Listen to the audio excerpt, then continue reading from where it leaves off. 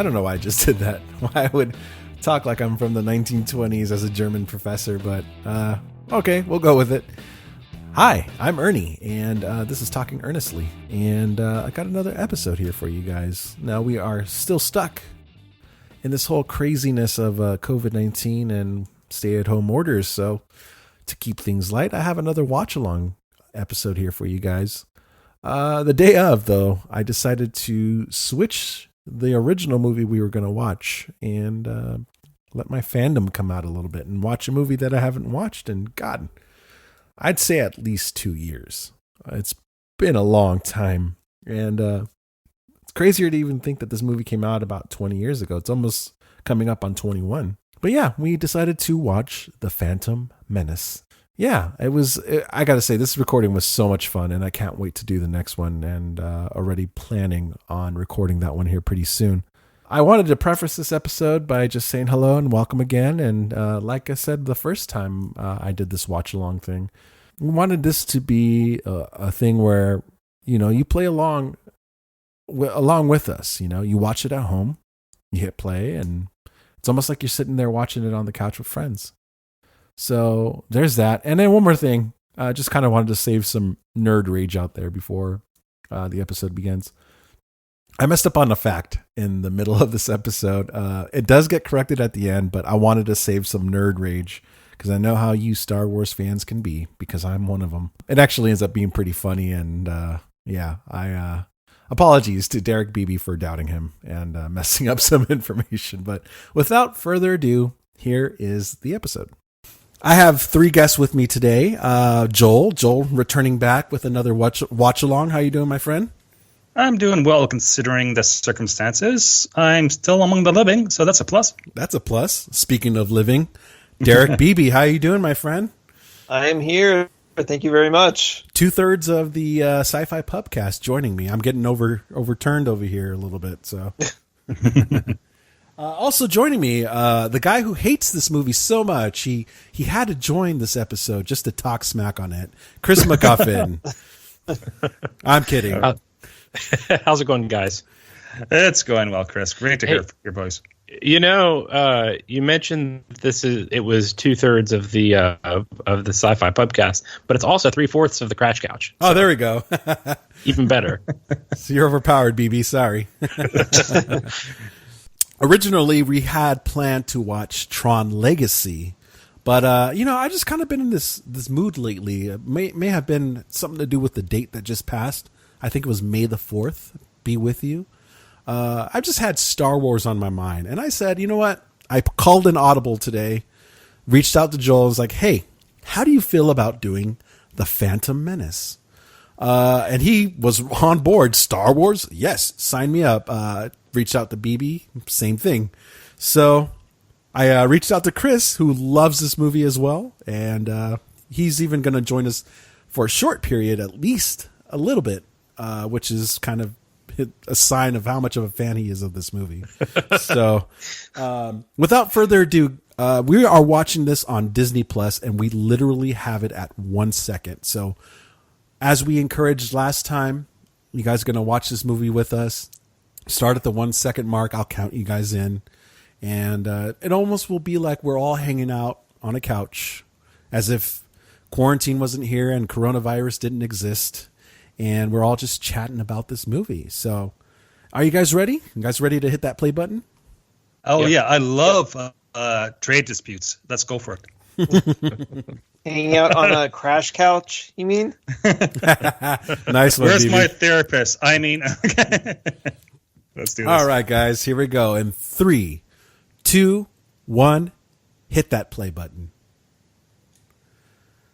Now, this movie came out in 1999, and I kind of was going through the memories here as the old 20th Century Fox sign shows up. I was thinking about this being the first film that I ever had the experience of buying a pre-sale ticket. And it's pretty funny because I think it was like the last 2 weeks of high school for me. And look at that beautiful Star Wars sign going by, the crawl. I remember timing it perfectly. The tickets were going on sale at noon at my local theater. Now, this is in the time, of course, without apps, without social media. So what did I do? I had a lunch pass, which meant I can go off campus. And I ended up walking 2.5 miles away to the local theater because I didn't have a car then. And standing in line, buying a ticket, and running all the way back to high school. I remember being like, if my teacher gives me shit about this, I don't care. I'm going to argue because I need to see this movie. I was such a Star Wars fan. And lo and behold, a week passes, school's out, and I'm in line at 8 a.m.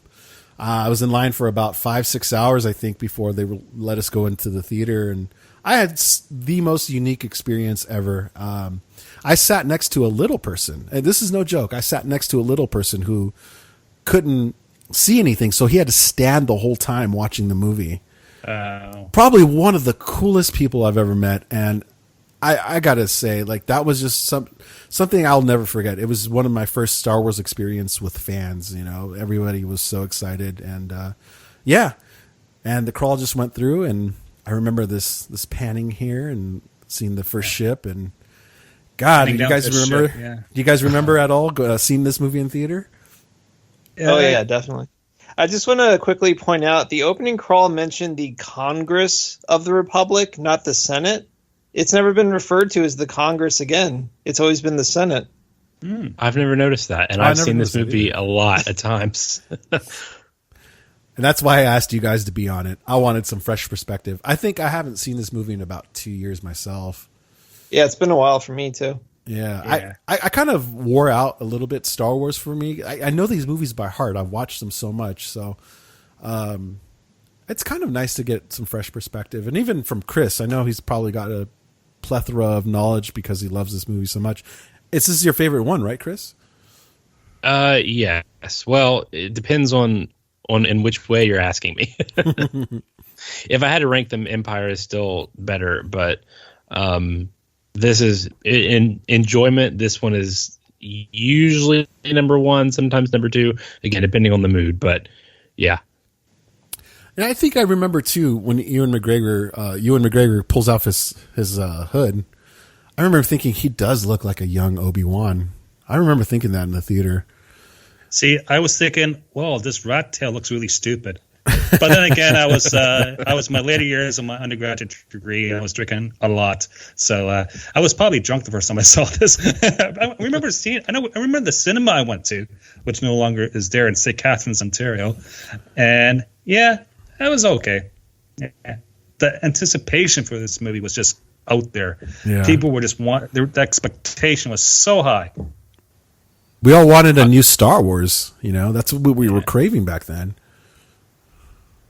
For me, I always think of the Episode 1 video game, which I had on the PlayStation. Yep. It was a pretty terrible video game, but I, of course, being obsessed with this movie as a kid, had to play it all the time.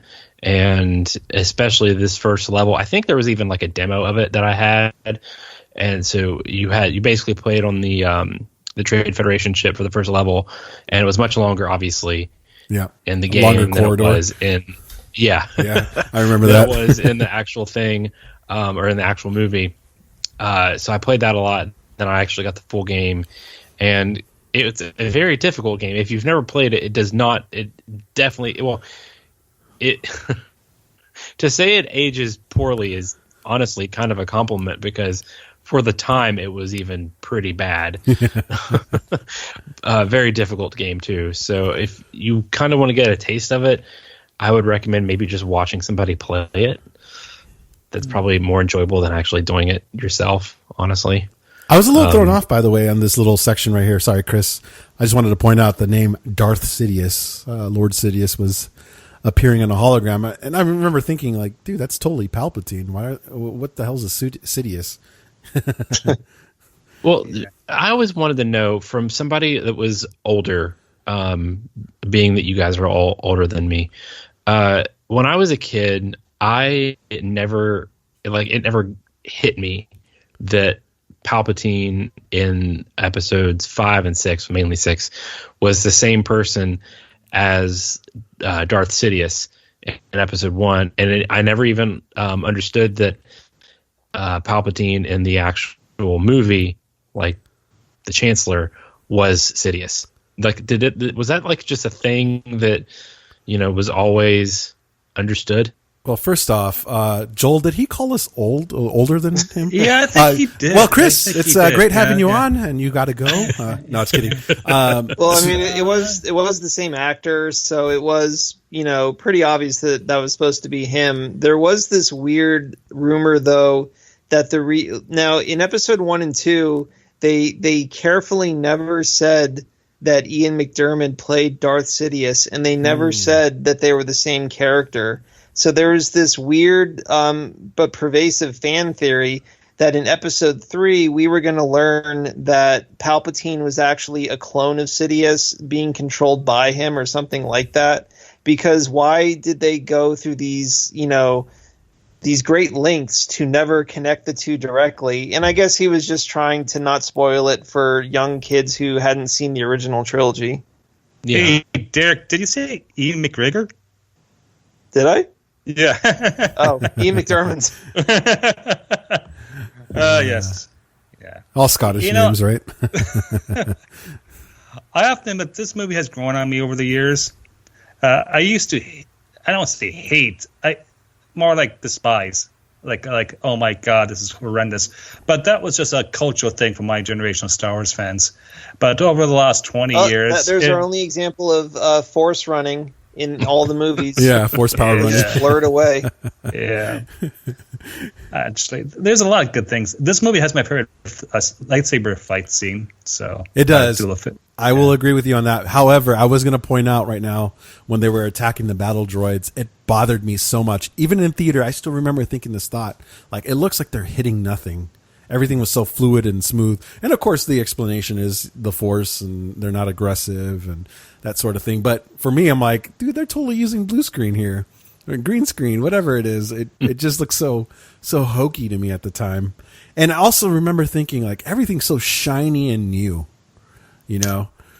whereas, the later episodes that were the older movies looked like a lived-in Star Wars, Yeah. I love the fact that it looks so different and so, more advanced. Yeah, it's grown on me a lot more. But I remember thinking that in theater because I don't know what it was. Like, I think I was just nervous that I wanted the movie to feel familiar to me. And it did, with obviously the first line being, like, I have a bad feeling about this. I think that this movie is the most Star Warsy of everything that we've had since the original trilogy ended. At least in the prequel timeline, and I'm also including like all of the like Rebels and Clone Wars and stuff, because like I see this and it has a different feel than episodes 2 and 3 do, and I think some of it is because for episodes 2 and 3, obviously there was a lot more green screen and blue screen usage, especially for like the physical sets. Not to say that it was completely, because it's not, but like this is a physical set right here. Yeah, and I think that even if you watch something like Clone Wars or Rebels, it sort of has the same feel and tone of something like Phantom Menace, whereas episodes 2 and 3 did not. Everybody noticed that the first time we meet Palpatine, it's as a hologram, just as the first time we meet Sidious, it's as a hologram. Yeah, I noticed that too. Oh, yeah? God, This movie is absolutely beautiful. And another thing I remember, too, this being one of those movies that George Lucas was always pushing the envelope. And one of those things was to push the envelope on how you filmed. This was all done in digital film. I remember him not wanting to use, the standard 35 millimeter. So he had to use a lot of these canisters that were basically just memory. And I remember noticing how clear the film look, in the theater. So that was pretty interesting. I have a dumb question. I thought Attack of the Clones was the first one shot digitally. You might be right. I might be mashing them. I think Phantom Menace was shot on film, and Attack of the Clones was the first digital one. I'm not sure, but this version on Disney Plus is so clear. It's a great version. Wow, this is 4K? What? Jeez. Wow. Yeah, I have a 4K TV, and I don't notice a difference between 4K and Blu-ray. I think I just got a crappy TV. I mean, we all know that you're very cheap, Derek. Oh, here comes Joel's favorite part here. His favorite character in all Star Wars. Listen, first thing, I have nothing against the actor who played him, okay? My criticism is just George Lucas having him in, and it's just not working very well. And I understand why he headed him. I know that the reasons. It's just, I'm sure a lot of people like Jar Jar. Me, he's not my favorite. Let's just say that. Well, Chris, I mean, from your perspective, because you were younger, obviously, you noticeably pointed that out earlier. Thank you for that. How was Jar Jar to you? How was it like through your eyes?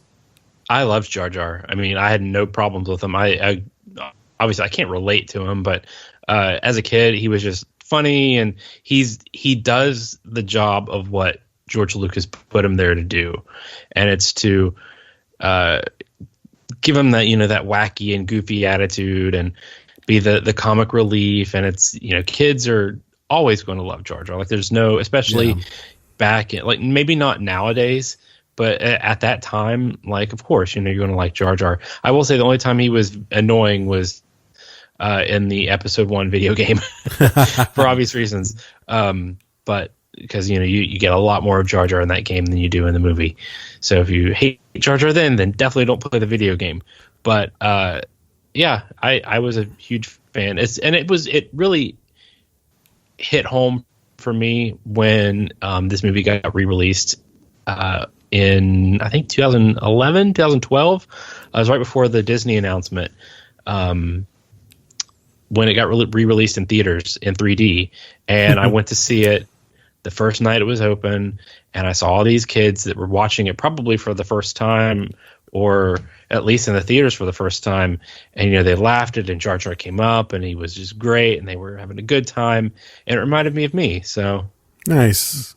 And by the way, I wanted to point out, and I did look it up, the digital camera thing. It looks like he actually tested it on this one and then used it in Attack of the Clones.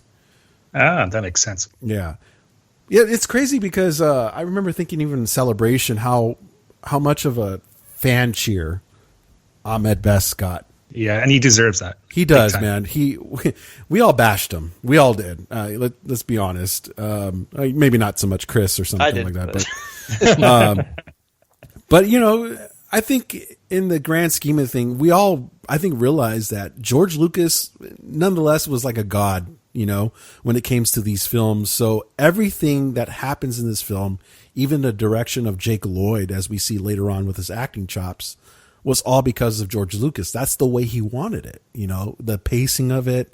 I almost felt like there was even a little space in between lines that made me a little uncomfortable.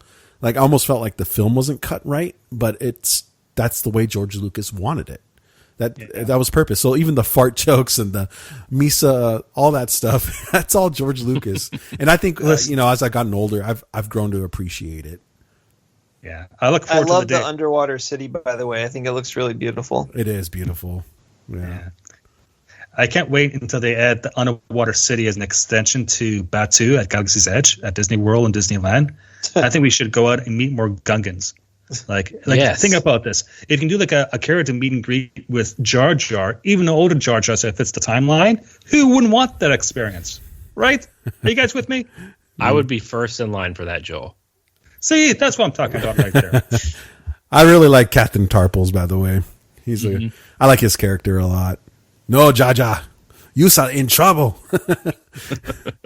Yeah, it's nice that he's he's not an asshole. He's trying to watch out for Jar Jar. Yeah. Oh, Boss Nass. What did you guys think about Boss Nass? He's voiced by Brian Blessed, who I love.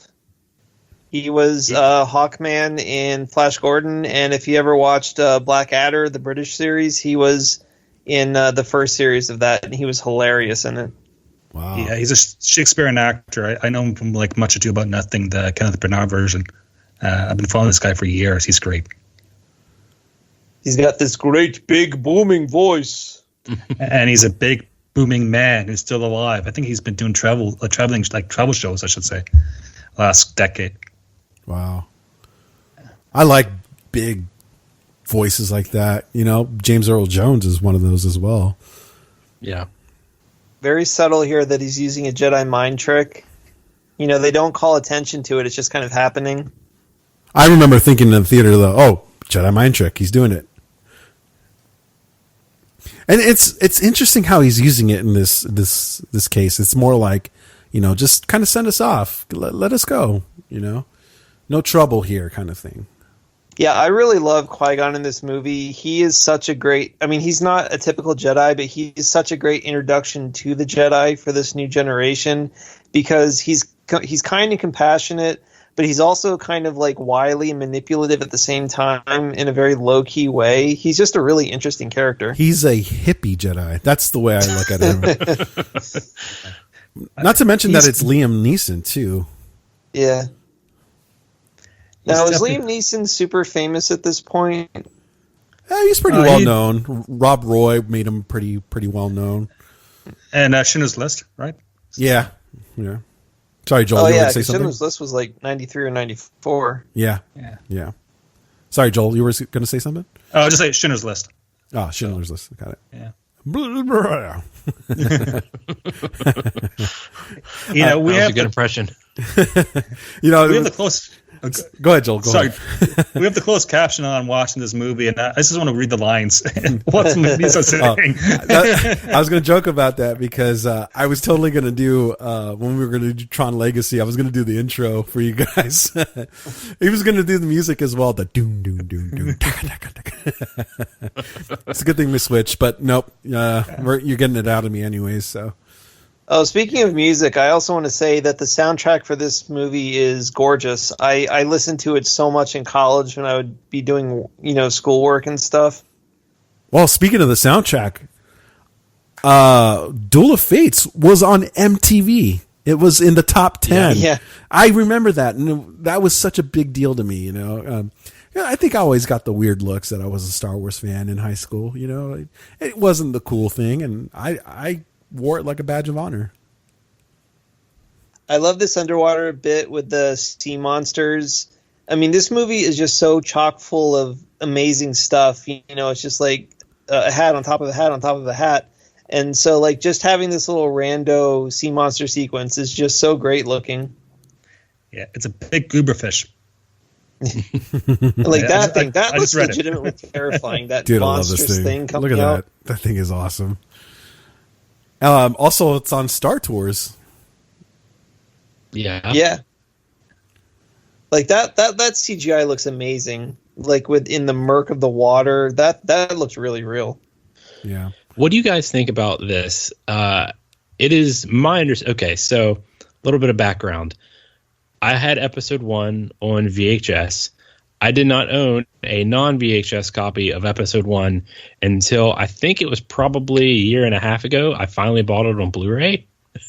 So seeing this on for the first time, watching it on Blu-ray was just incredible.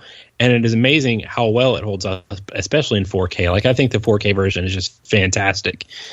I think it looks better, or it holds up better at least, than episodes 2 and 3, which were made after, and has a lot more. Probably, I'd be curious to see how many digital effects are in this movie compared to 2 and 3, just like total.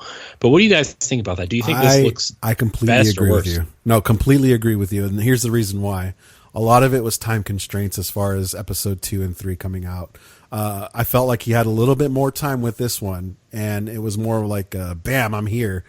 But I completely agree with you. There's some really off-putting CGI things that Joel can speak to more so. Oh, I'm just kidding, Joel. You know I have to sneak that in, right? Hey, by the way, I question Obi-Wan's background because he can hotwire a ship in the water, right? I'm sure all Jedi are taught how to hotwire anything. And this is another thing that took me forever to notice. He gives him like a Vulcan nerve pinch there and knocks him out. And Obi-Wan says, "I think you overdid it." It was so subtly done. I think it took me like 3 watches to ever notice it happened. Amazing. Phantom Menace. I believe I just heard it last week. I forgot where I heard it from. It's like Kathleen Kennedy who said this on when she was talking about The Mandalorian on Disney Plus or somewhere like that. the use of miniatures. It was this movie, the Phantom Menace, that had the most miniatures. That was episode 2 of Disney Gallery, The Mandalorian, where they said that's amazing. That comes across. I think that's important though, because so gorgeous. The miniatures actually make CGI a little bit more seamless, and that might be the answer as to why episode 2 and 3 don't look as good. Lord of the Rings was great with the CGI in episode 2 is very video gamey, unfortunately. Yeah. I think a lot of it has to do with the fact that they used so many backgrounds, and I know they used a lot of backgrounds here too. But there's just something about this movie that you look at it and you're like, wow, that looks 110% real. Like I could go there and just look at it right now. Like it looks like, ironically enough, a Disney, like Disneyland or something like that. This scene right here looks like Disney Sea from Tokyo. Yeah. Because I've been going down the Disney rabbit hole for the last couple of months. I'm going mad. But still, that's what it looks like. Joel the Mad Hatter.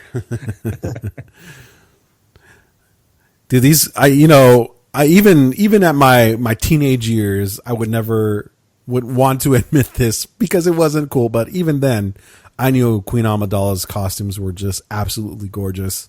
Yep. Super amazing, talented costume team there.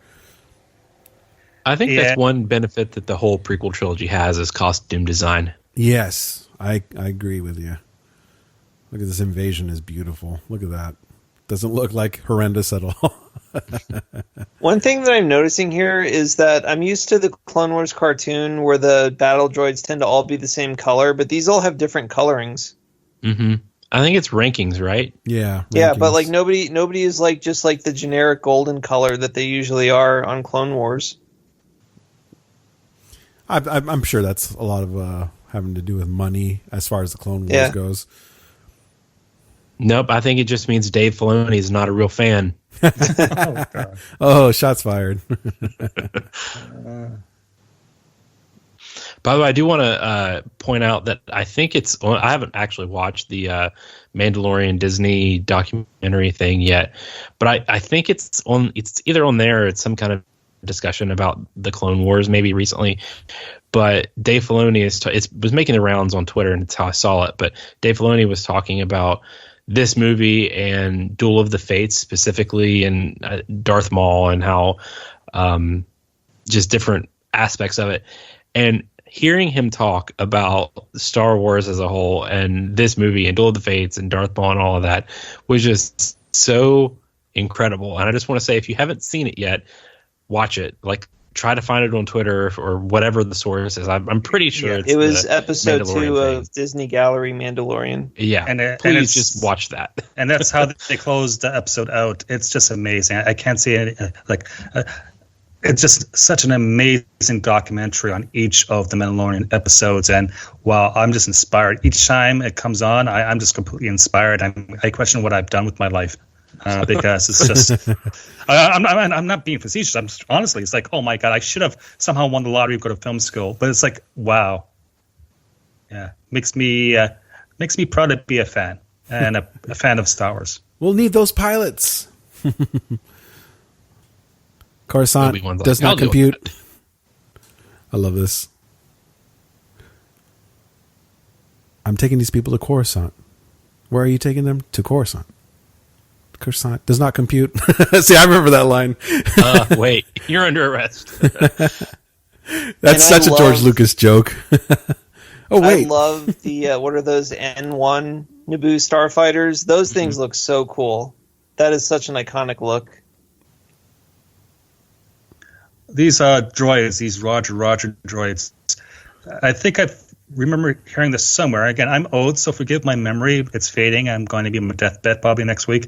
But it's like the old Jason and the Argonauts movies from like the 60s. Yeah. With the stop animation of the skeletons. Look at that beautiful So I think ship. Lucas actually said that's what he based these droids on. Oh, okay. So it's homage to the Avengers movies from the 60s.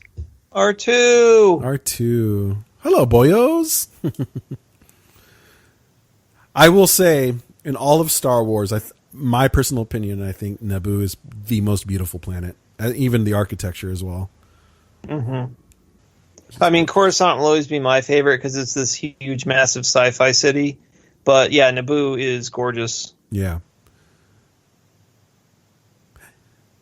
It was kind of cool, too, because I remember feeling really excited to hear words like Coruscant and stuff like that, because I've heard that, obviously in the original trilogies. And when you start hearing those words and things start to manifest in a film that you were waiting for, it's actually there's this feeling of completion for me, that I actually got watching these films for the first time. Coruscant wasn't named in the original trilogy. I believe it's either first named in one of those early 90s West End source books, or it was in Heir to the Empire, 1991 with Timothy Zahn. Yeah, you're right. You're right. Because I did read those books. So. Yeah, I forget if Timothy Zahn invented it or if he took it from one of the source books for the games that existed before his book came out.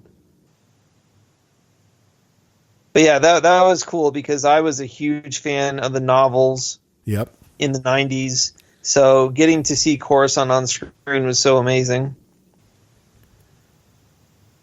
The Hutts. The Hutts are gangsters. Gotta love this. There's another, example there. The Hutts. Oh, you mean like Jabba the Hutt? This is all the stuff that was going through my mind. Oh, by far one of my favorite Siths of all time. Yeah, my two favorite characters. Siths. My two favorite characters in the franchise are the Emperor and Yoda. So I love the prequel trilogy, obviously, because it's all about those two. I mean, he single-handedly took over the entire galaxy. That is the ultimate badass move. Look at that. I remember the sound effect too, just kind of when he appears, it's like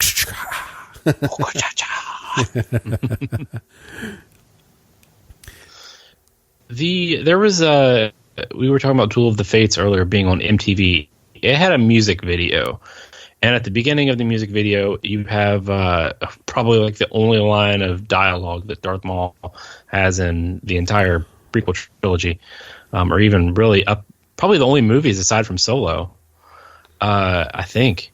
Does he speak at all in Solo? Movie aside from he says, "At last we will have our revenge on. At last we will reveal ourselves. Jedi, at last we will have our revenge." Yeah. But does he actually like say it, or is it like a cut scene? No, he says it in his appearance with Palpatine on Coruscant. Yeah, and it wasn't even him speaking. To the Jedi idol. It was a voiceover. Yeah.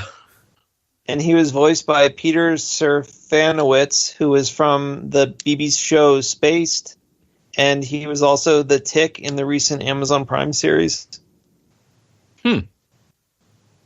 Yeah, there's a reason we invited Derek to this. I'm a font of useless information. Lovely. Also, did you know that Benicio del Toro was originally cast as Darth Maul, but they kept cutting his dialogue, and he finally quit the movie because he basically had no lines of dialogue at that point? I had no idea, but I'm also glad they used Ray Park, because Ray Park's amazing with his martial arts. Oh, yeah.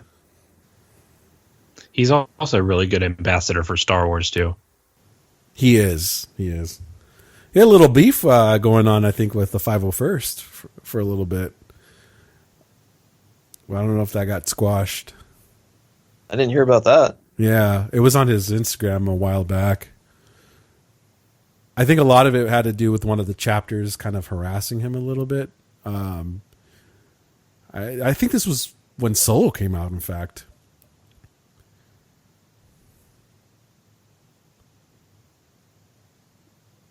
He felt the disturbance in the Force. Look at that hyperdrive. That reminds me of the pre-1999 notion that Jedi and Sith could sense each other from, like across the galaxy. So we were always so confused about, wait, how could the Emperor be a Sith Lord when he's in the same room as Jedi? Like, why can't they sense him? What was the official explanation for it? Right, it was something like you can just stifle your force presence and just like make it disappear from other people being able to sense it, just like turning off the light. And that's a common thing after like 1999, and that became a common thing in the books as well. Oh wait, so Derek, before hold that, on a they second. could always sense each other from other planets. Hey, but Derek, now it's hold like on, he's hold on. closed himself off from the Force. Hey, Derek, hold on. There's a bantha in the background. Sorry.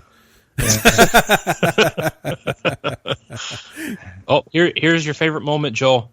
Yeah. Ew, icky, goo. Oh man. This I have felt to say, I applaud George for not having this set in Mos Eisley and picking a different city. Yeah. Yes. Because I was just about to point out that it felt different but familiar. Yeah. And also building a significant amount of the set, too. Mm-hmm. Which then got pretty messed up in a big sandstorm. Yeah, sand. Lots of sand. Here was Watto speaking Huttese, which was interesting because in the first episode of The Mandalorian, they spoke Huttese again. It was a UFC fighter. Yeah. And here's our first look at Anakin. What did you guys think about Anakin when you first saw him, like pre-episode 2? It didn't really I didn't hate him. I didn't love him. He was just kind of there. I could tell he was. Sorry, go ahead, Joel. No.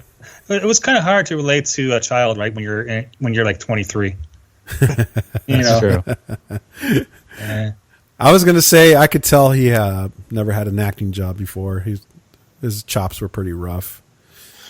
I'd be curious to see what George Lucas, like, to get his reasoning. Like, let's watch the scenes together and then go and see Jake's audition and compare it to some of the other auditions. And I would just like to know what he saw in Jake. Not saying Jake is bad, because in hindsight, I think he does a better job than we kind of give him credit for, especially given the script and some of the lines.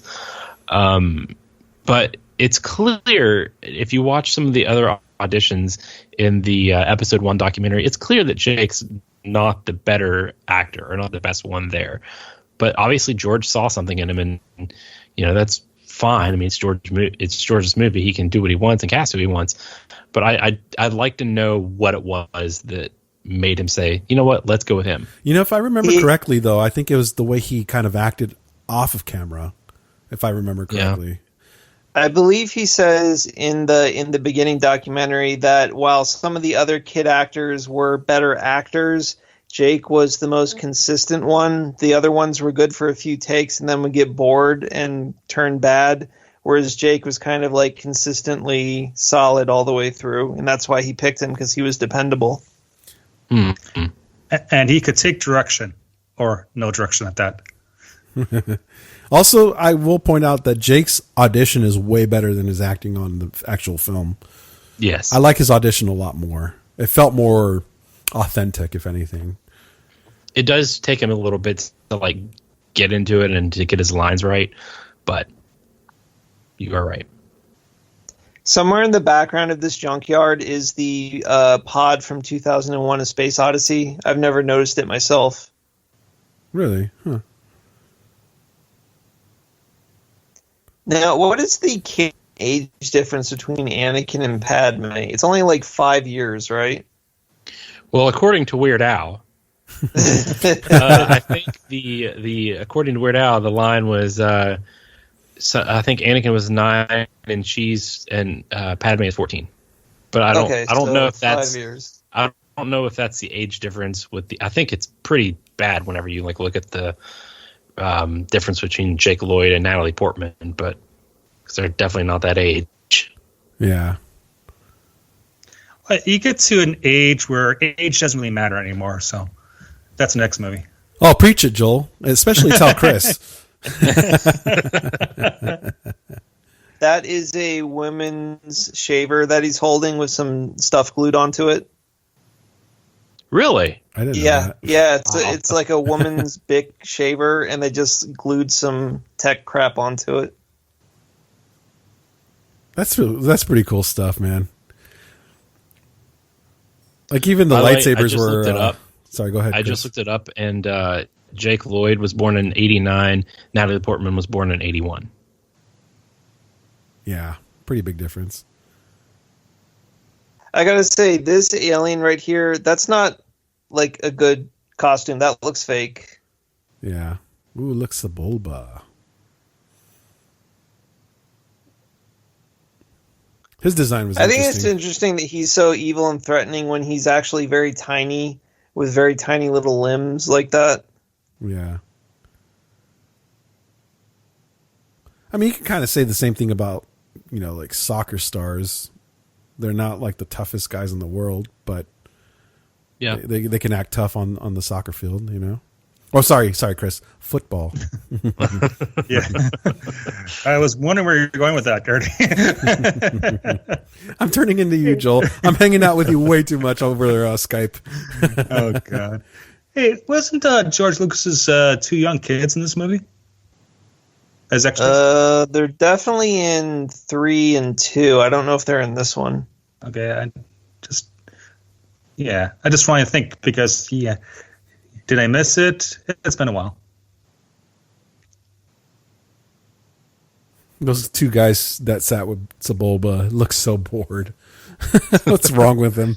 I mean, I'd be pretty bored if I was with Sebulba too.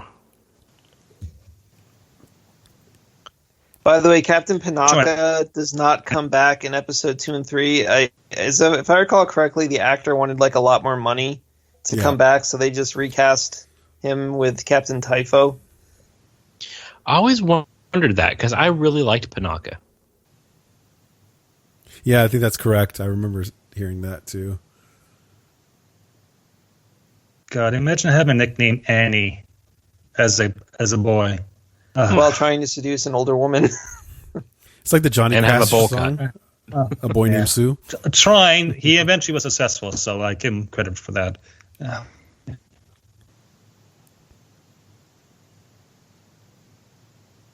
Wow, Liam Neeson looked really tall right there. He was just like hulking next to the rest of them. Shmee! I think Liam Neeson's actually tall in real life too. Oh yeah, he's like 6'4" or 6'5" or something. Yeah, I think 6'3" if I remember. Yeah, he's a former boxer and he's Irish, so all Irishmen are really tall, right? Plus, he has a particular set of skills. There's Maz Kanata. That statue looks just like Maz Kanata. Oh yeah. Oh, it looks like a highlight. Yeah, I was just about to say that. A highlight racket. Oh wow. Alexa, cancel. Jesus, what the hell? I think it is a little convenient that Anakin created 3PO, but it does deliver a great new level to the original trilogy when 3PO says thank the maker, he's actually thanking Darth Vader. And then in Empire Strikes Back, when 3PO gets blown up and dismantled by the Imperials, but then mysteriously returned to the good guys. Why did they do that? That was like a sin there's a counter Star Wars for me. Legends comic book that shows like Vader seeing the messed up 3PO and remembering who he is and kind of like holding his head to his, and then that's why he returns them to be reassembled. Oh, really? Huh. Mm-hmm. See, this was one of those like sin counters for me. This was like one of the first ones for me. I remember not liking that Anakin had built 3PO, and it was, yes, very convenient. It's just, why does everything has to be connected? This is one of the reasons I'm not a fan of Solo, because there was so much interconnecting stuff. No, I don't like it. But then again, I'm not a kid watching these movies anymore. I'm an adult. Stuck in your ways, huh, Joel? Yeah, I'm old. Like I said, probably tomorrow I'm going to wind up, going to the nursing home. So actually, I'm looking forward to actually retiring, right? Getting my pension. That'd be cool. First look at Coruscant. Yeah. Okay, so this is the one time he gets. Oh to yeah, speak. this is the scene. Yeah. At last, we I always reveal remembered it ourselves as to the beginning of the Jedi. music video. You remember a lot about that music. The music video. Sorry, I was thinking the video game for some reason. Oh, I do remember a lot about the video game too. I could probably tell you, I spent way too many hours playing that video game. Way too many hours. One of the great flaws of the prequel trilogy is that they didn't have Darth Maul as the villain all the way through, because he was so cool and so iconic looking. I remember all the advertising before this movie came out basically said that he was going to be the next Darth Vader. He was over all the magazine covers and the merchandising. Yeah. Everybody was crazy for him, and then they kill him. No, I thought that was great. I love the fact that they killed him, because it subverts our expectation. I thought that was a great move by Lucas. Okay, Rian Johnson.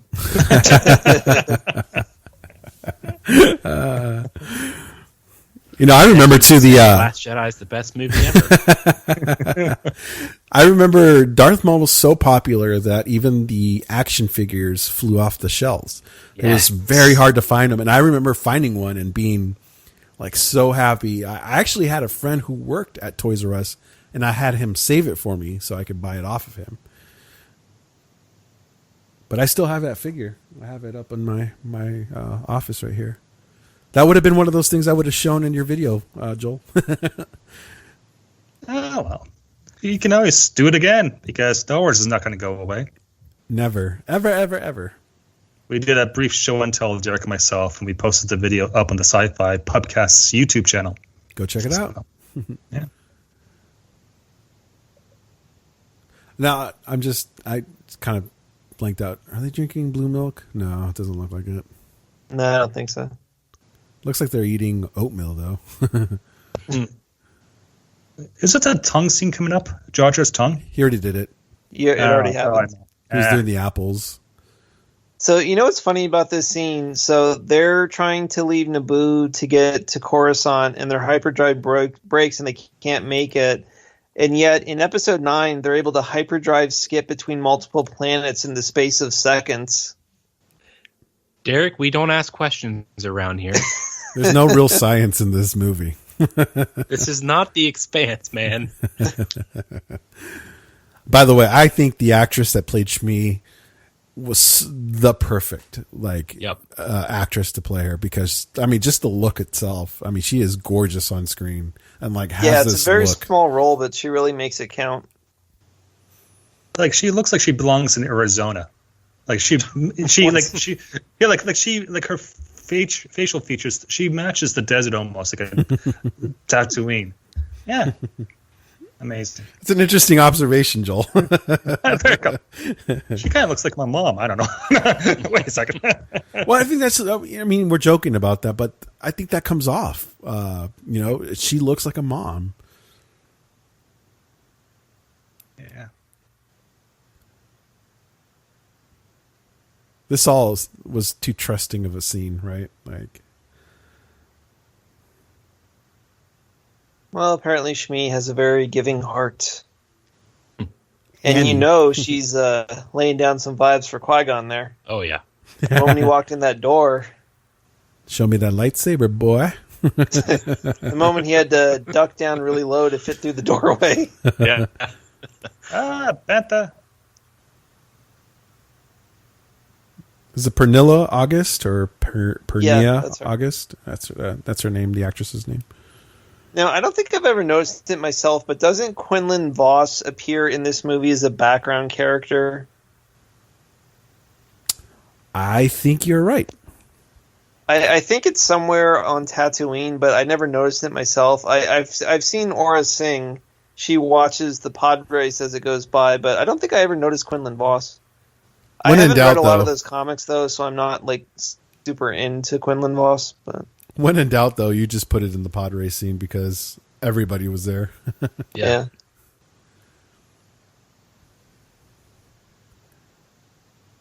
Now, this pod racing scene coming up was so well done. I remember feeling amazing. How great it was.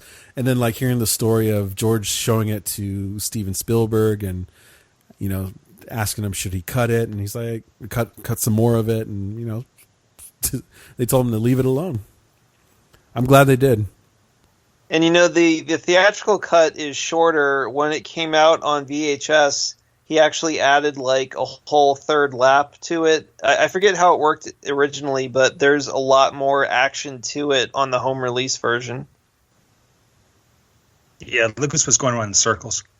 But yeah, I love this movie when it came out. Obviously, the original trilogy is amazing and sacrosanct, but this was my favorite Star Wars movie just because it was new and it was different, and it introduced a new world with more complications to it, and just the pod race scene alone, and the Duel of the Fates, and even the opening bit where we just see Jedi in action for the first time ever on the droid command ship.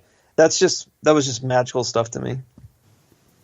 One thing I liked about the pod racing scene was that it had no music. It was all told with the sound design.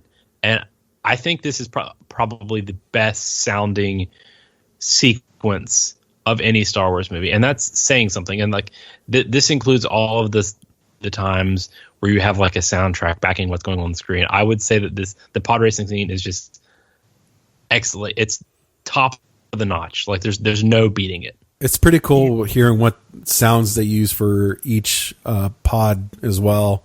Mm-hmm.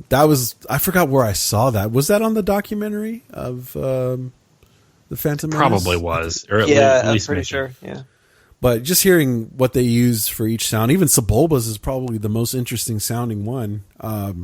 But yeah, I mean, they don't play any music until Anakin starts to have trouble and he has to kind of redirect the power. I think that's the only time we hear the music.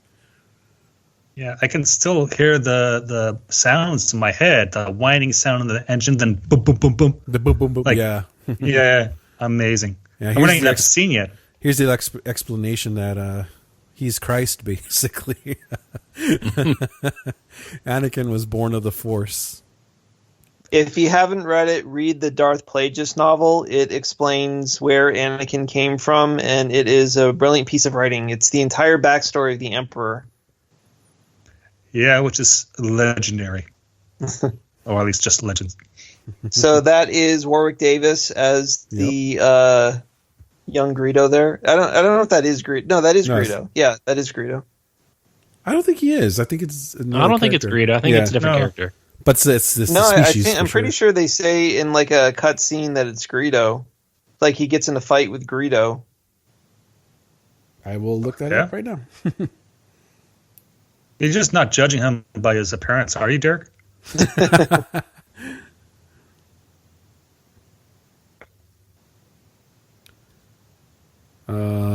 Here's one of those slapstick moments for Jar Jar. Like, this Jar Jar scene doesn't bother me too much. Yeah, so it's the Chaplin scene, right? Okay, so okay. Yeah.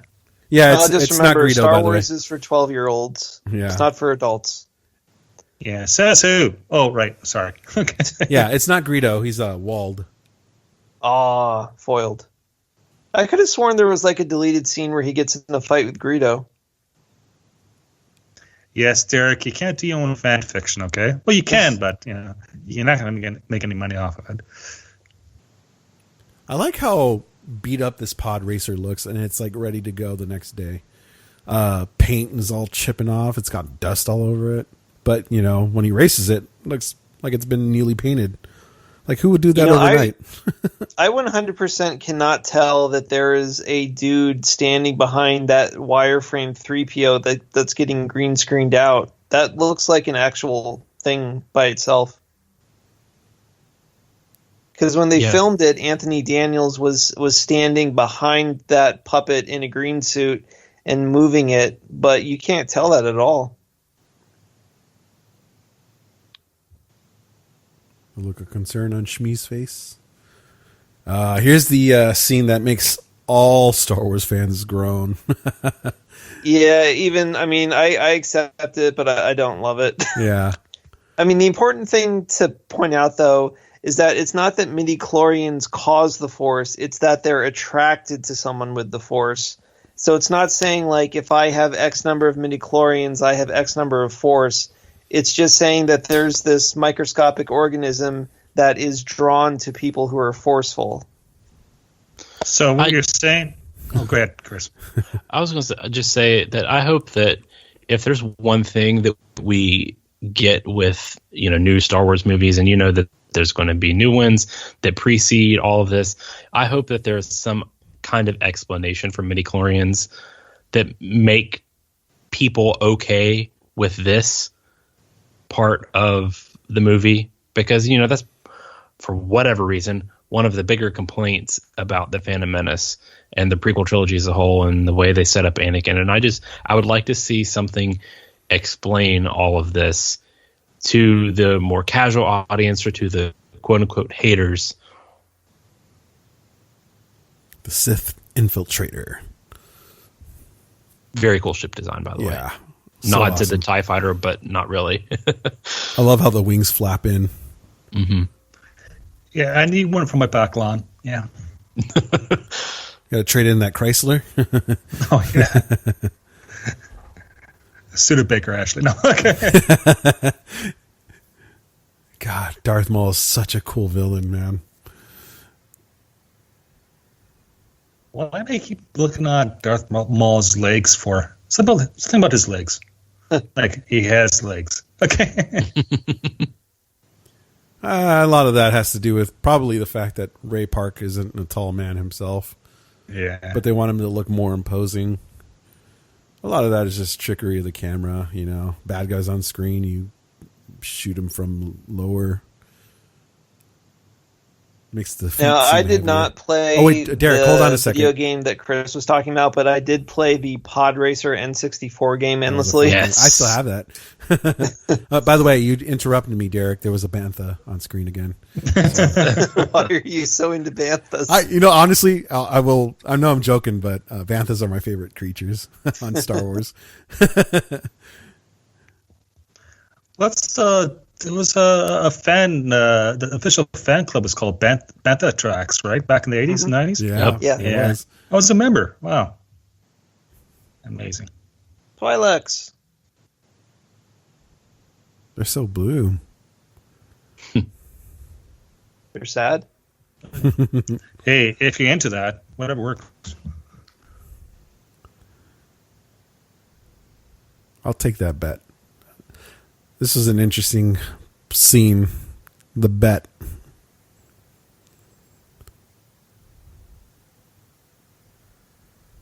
Yeah, Qui-Gon is so kind but sinister. Like, he's stealing Anakin's blood without asking permission, and Anakin's just like, ow. So, like, he didn't ask permission to take his blood. He just did it without asking. And now he's like, I'm going to steal this boy away from his mother. Hey, Derek, if I remember correctly, this is the dice itself was actually tampered with, right? Before he did the Force thing? Oh, yeah. I think in the novelization it says that they're weighted dice, but that Qui-Gon uses the Force on it. And that's why he's so pissed off, because he was supposed to win the role. You won this time, a Jedi.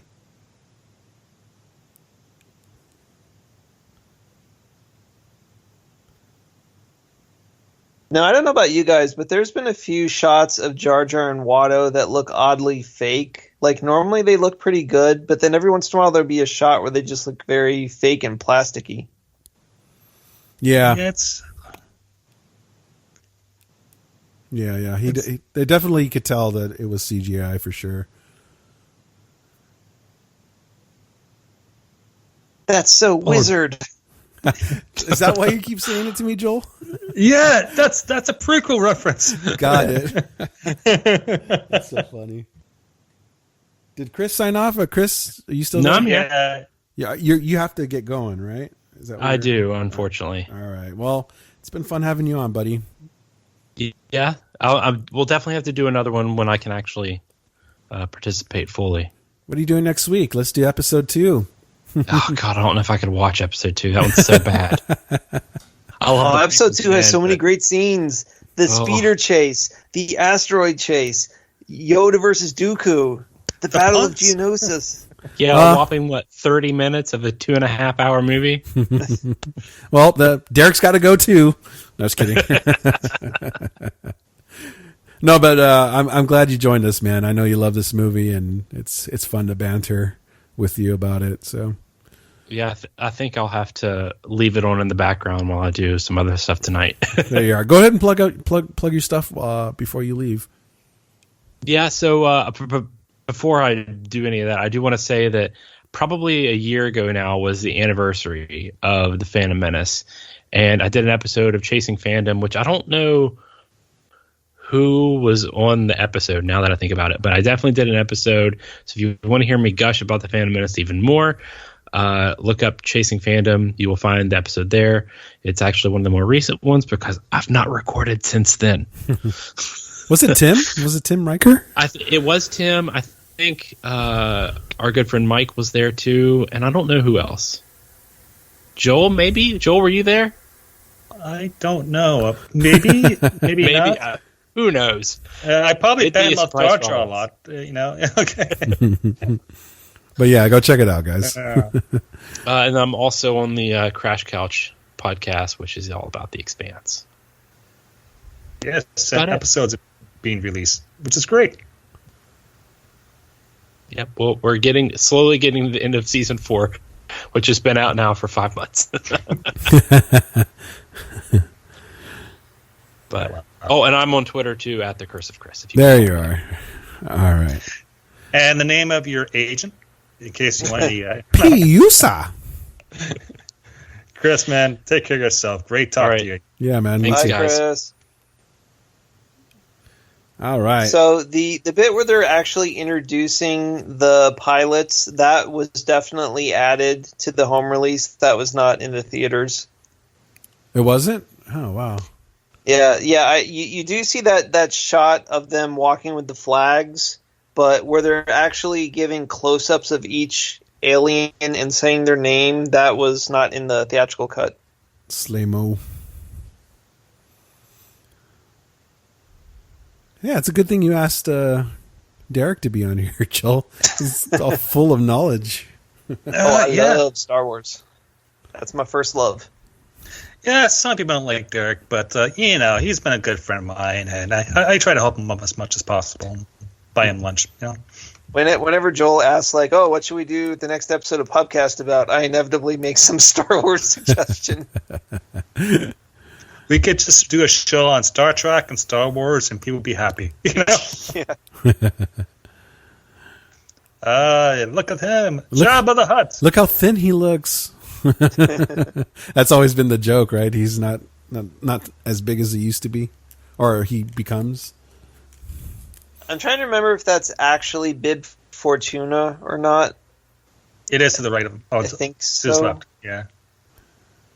Newanawanga.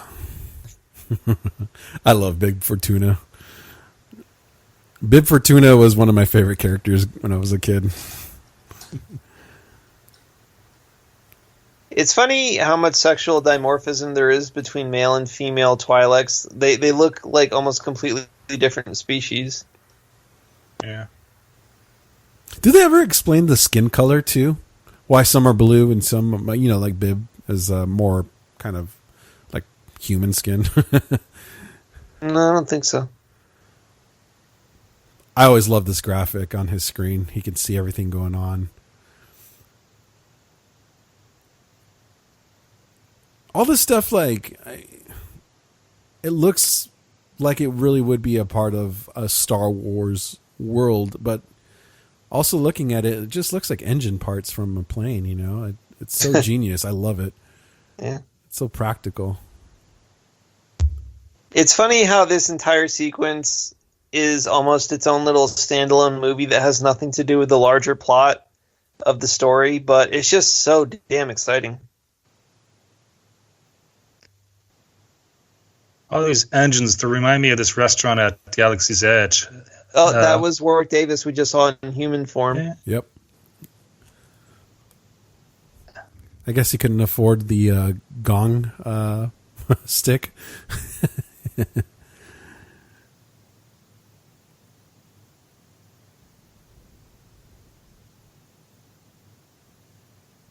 There he is. There he is. Yeah. He looks so young. Thanks. That wasn't Willow then? Oh. Or Quadraneros. Come on, Annie.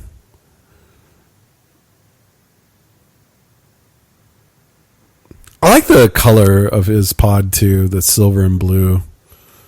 The striping on there looks so cool.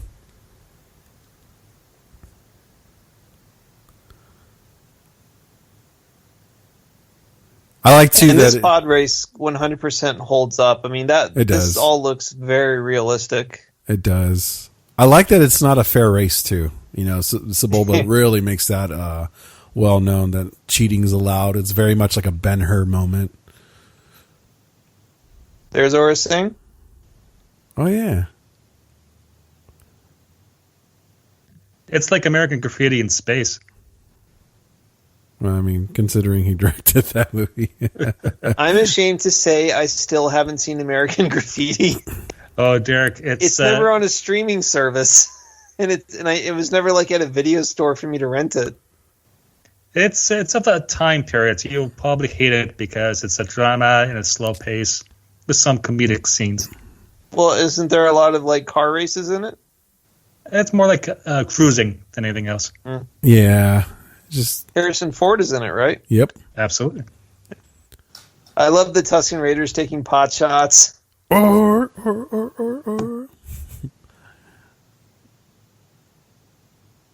You know, I really like the, I don't know what it was, like any, you know, I think maybe even with A New Hope, I really love the camera angles that make it look like you're the one driving the ship. So every time they did that with the pod racing, I absolutely love that. You know, it kind of gives a sense of how fast they're going. Oh, yeah. I'm still waiting for a really, really good TIE Fighter versus X-Wing remake or something. But even, you know, the N64 version of Pod Racer was so much fun. Yeah, and I remember even playing the arcade as well. Anytime they had it. Yeah. I never played the X-Wing TIE Fighter video games. I think I still have it somewhere. I'm pretty sure I do. It's still in a case somewhere. I bought them on a Steam sale, but a lot of the computer games that I buy on Steam don't work well on my computer, so I wasn't able to do much with it. No. It's kind of hard to play those older games now, too. Yeah. You know, games have advanced so much that it's hard to go back to the older games because they're you can just tell they're kind of wonky. And also, I'm trying to do it with a keyboard and a mouse, which isn't the intended format.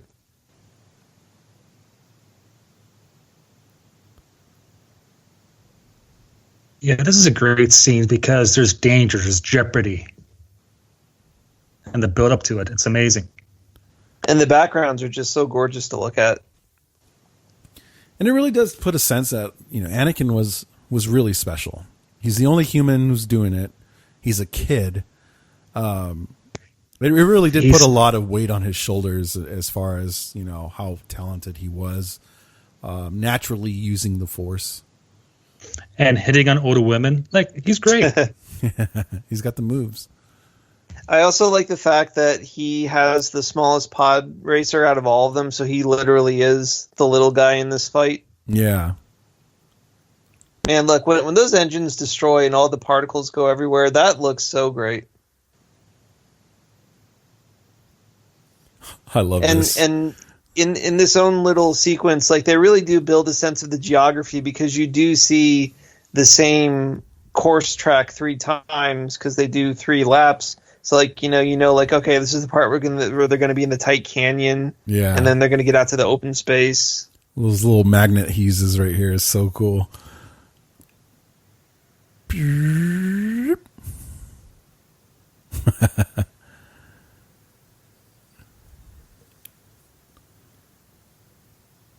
Yeah, see that graphic on his screen is so cool.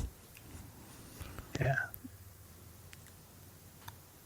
Yeah, he's a little badass, man. Look at him. He's just passing everybody up. He's got the moves. I love this explosion coming up.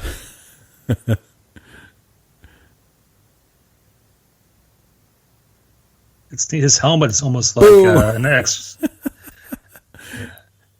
his helmet is almost like an X-wing helmet, right? Yeah, kind of reminiscent of it.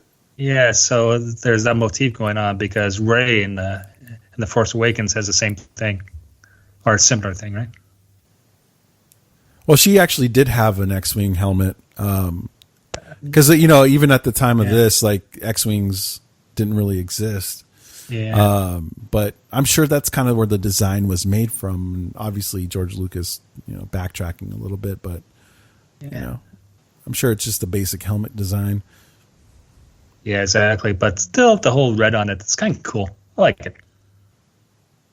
I was going to tell you, Joel, that for Celebration, one of the days I'm actually going to cosplay as an X-wing pilot. So one of the things I'm really looking forward to is actually wearing an X-wing pilot helmet. Well, I think that's much better than playing like an X-rated pilot. So, oh, okay, yeah, that's cool. I really, I hope it doesn't get canceled. I hope I can get a flight in. Okay. I know, me too, man. I hope it doesn't get canceled either. I love that. How he pulled back on the sticks. That guy booing. That's so good. I keep noticing that there's a Quarren in the crowd from Mon Calamari. It's like he must be miserable being in the desert since they have to be in the water all the time. Seriously. I could only pay you in calamari flan. See, all this stuff was such good tension, You see the part hanging off, Sebulba right behind. Look at this. And we're watching it with the sound off. It's even better with the choo choo choo choo choo choo choo choo. And see, when I bought this film, well, I shouldn't say film, but when it first came out on DVD, I had just started working at a home theater company, and I had all this home theater equipment in my house, and I would just pump the hell out of this. It used to piss off my neighbors so much. That's not an exaggeration either. It wasn't like I lived in an apartment. I actually lived in a house, and there's some separation between houses, and they got pissed off at me. But I mean, the sound design in this whole scene is just absolutely beautiful and spot on. And I like that he's such a little wizard in tech that he knows what to do on the fly, The whole engine transfer power is just such a cool little tidbit to add.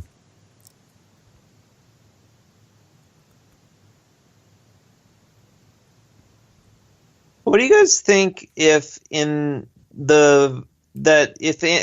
doesn't actually participate in the final battle at the end of the movie, and this is kind of like his one big moment for the whole film? Do you think that would have been dramatically satisfying, or does he have to do his little starfighter thing at the end of the movie? I think it's kind of a stretch to say a 9-year-old is the hero of the movie.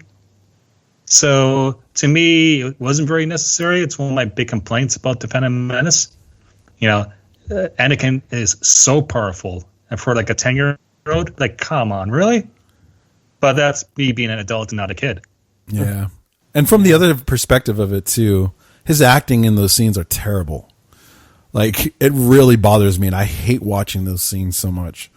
What does this do? Let's try a barrel roll. That whole thing just bugs the crap out of me. I would have been happy with him just staying put. I don't think it was necessary for him to be the one to fire the one shot that takes down all the droids. Yeah, just imagine if he would have stayed in the desert. How many lives would be saved? Okay. Because, how crazy is it for them to bring him into a war zone at the end of the movie and not just leave him on Coruscant?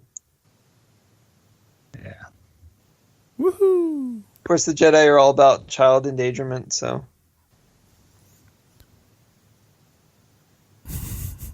Oh, yeah. Oh, yeah. Now, this is where they used a lot of miniatures, right? Was the crowd? Yeah, the crowd is actually a bunch of painted toothpicks on the model. That's incredible. So all those wide shots, they physically built that arena. That's not CGI. That was an actual miniature they built, and they filled it with little colored toothpicks for the wide shots. It was Bib Fortuna, it looks like. Sweet. A young Bib Fortuna.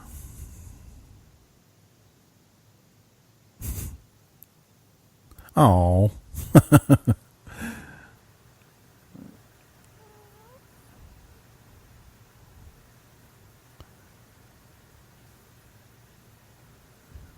There's that Quarren again. It's like, where's the pool?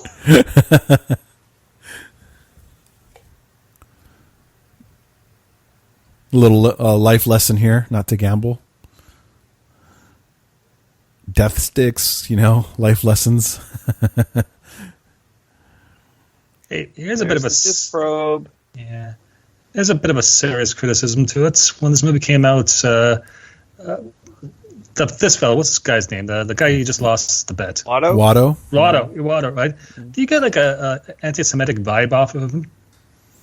There's a lot of underrated kind of racism in this whole movie, Joel. Yeah. And with that, with Jar Jar being more Jamaican, it's just not to mention the Nemoidans. Yeah, the kind of Asian, right? Like that whole thing. It was pointed out too. I remember that was a bit of a controversy.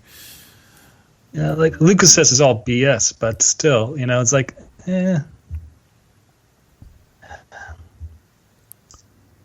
But yeah, I kind of got that vibe too, I wouldn't call it anti-Semitic, but it definitely is pointing at a certain race, like Jewish people, You're no longer a slave. Now say goodbye to your mother forever.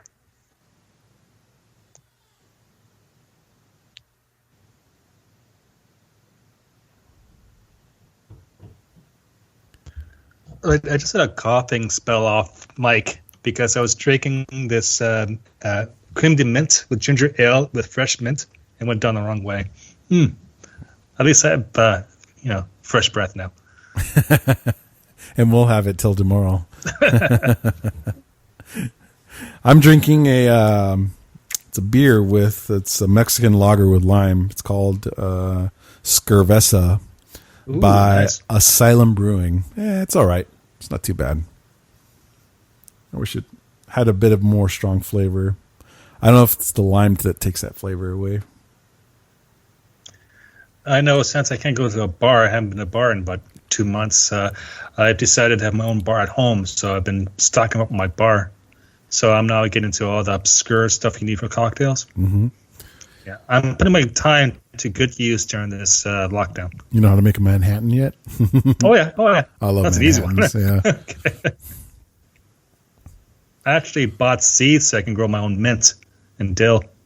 Oh wow, good for you. Here's all the bad acting, unfortunately. I don't want to go, Mom.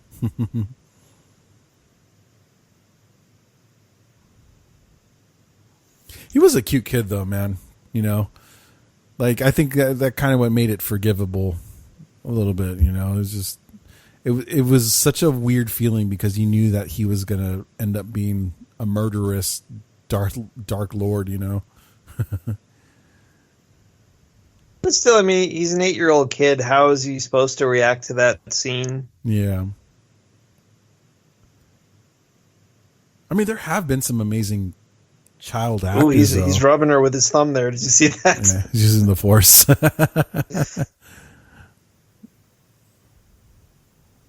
I wonder which bed Qui-Gon slept in the night they were there. Oh, good. I kind of like the little thing spinning in his head. Yeah.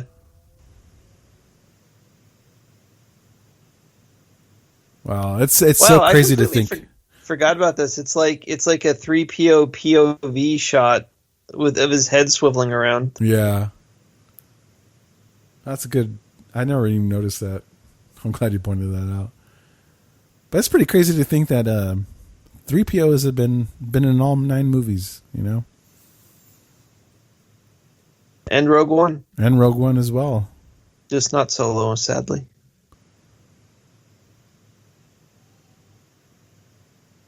I think it's so messed up that the Jedi did nothing to free her from slavery in the intervening 10 years. I mean, like, even if Anakin isn't allowed to have contact with her, they still could have anonymously freed her. without Anakin having been involved. Like, why didn't Obi-Wan do that? Because they didn't want to avoid conflict with the Hutts. Yeah, I guess that's true. But they could have, I don't know, they could have anonymously paid for it or something. Yeah, true. The Jedis were jerks. Yeah. Well, that was the fascinating thing about the prequels, because we thought the Jedi were going to be these like perfect noble beings. And that's what's so amazing about the prequels, that they showed that they were corrupt and decadent and completely compromised. It was a lot more interesting than the story you would have assumed we were going to get. You forgot the word hubris.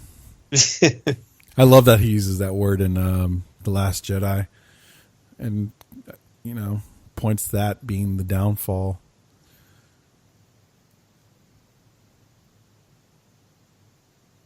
Yes. You can tell he's sweating on that makeup. Yeah. This Sith chopper. I didn't like the design. Looks like he just fell off the cliff to his death. Yeah, it does. Now, sadly, there's a cut scene where he actually fights them up on the ramp of the ship, and it like goes on for a few more beats. I can't believe he cut that out, because like they fight him so briefly as it is. I don't remember if the trailer actually showed him with the double blade yet, but I remember feeling like kind of wowed when the double blade came out, because right about here he's just using one side of it. I'm pretty sure it was in the trailer, because they definitely showed a lot of the Duel of the Fates. Yeah, I don't think I watched the trailer at all. That might have been it too. So like right here, Maul jumps up after him on the ramp, and they fight on the. Why does his lightsaber look yellow there? And they fight on the ramp, but then Qui-Gon finally kicks him off.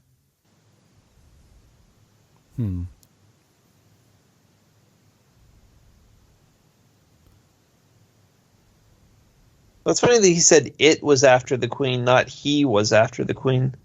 Right, and well skilled in the Jedi's arts. Well, not really the Jedi arts, more like the Sith arts. Between that and him initially saying that Jar Jar was just because he could talk doesn't mean he has a brain, he's coming off a little speciesist here.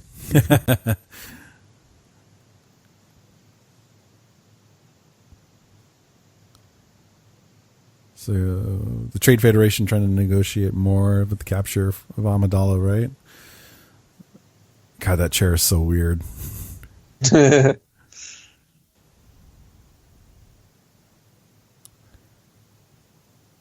What did you think of the design of the Viceroy? It's clearly animatronic. It looks fake, but I don't know. It's all right.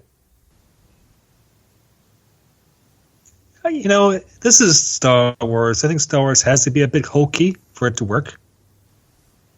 But it's a balance game, right? You can be too hokey, or you're just going to say, oh, it's just not believable. If it's too realistic, it's not Star Wars.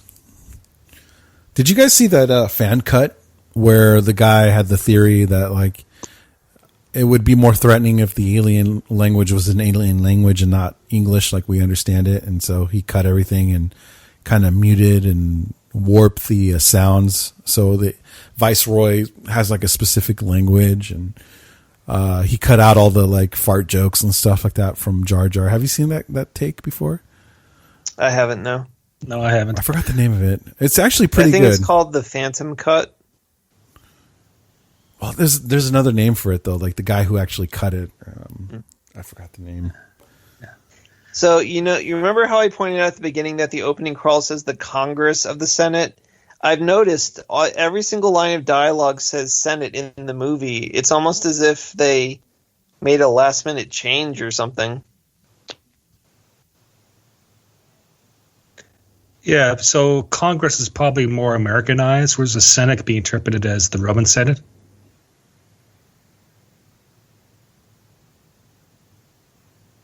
And going back to Palpatine got his name from Palatine, which is, I believe it's the hill that the Roman Senate was built on or something like that.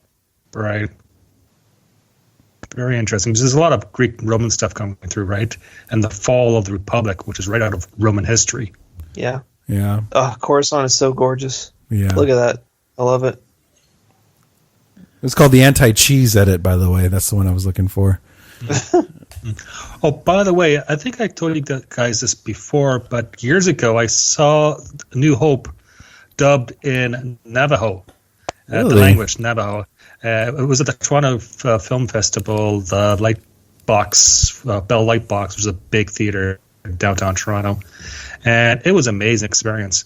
Wow. And it was a big thing. They brought people up from New Mexico and Arizona to speak about this, and they talked how they showed it on the reservation, and how you have people who have never seen Star Wars just fell in love with it because it was a timeless myth story, legend story. Yeah, it was amazing. That was about 10 years ago. Wow. I didn't know they did that. I'm sure you can Google it and you can probably get a copy of it fairly easily, but it just goes how timeless this is as Star Wars as a story, and it's like hearing it in a language where like I'm not sure how many Navajo speakers there are, but there's not that many compared to the rest of the United States and Canada. So it's a really neat language. It's one of the languages that saved us too for World War II.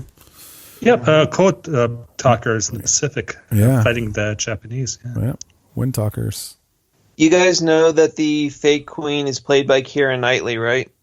No, it's not. It's actually, she's one of the queen's hands. She's actually not the fake queen. Yeah, and maidens. Really? Yeah. You see her in the scene where they actually go talk to Boss Nass. I think she's standing on the right hand side. I'll point her out when it comes up.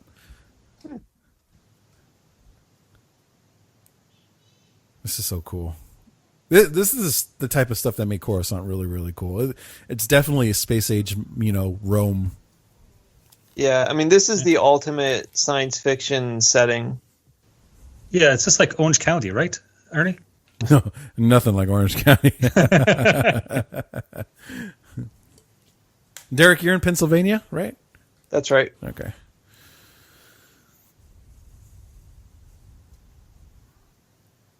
Look at that beautiful costume.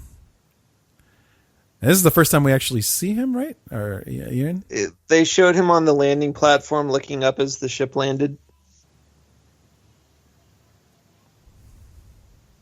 And then he was briefly appearing as a hologram to the Queen at the beginning of the movie. That's right. But this is his first speaking in person. lines in person. Yeah. He doesn't look like a bad guy. He looks like a decent guy, a hardworking guy, an honest, righteous fellow.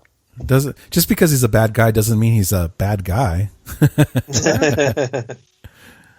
Little Wreck-It Ralph joke there. I love cosplayers that do Queen Amidala because they took some time doing it.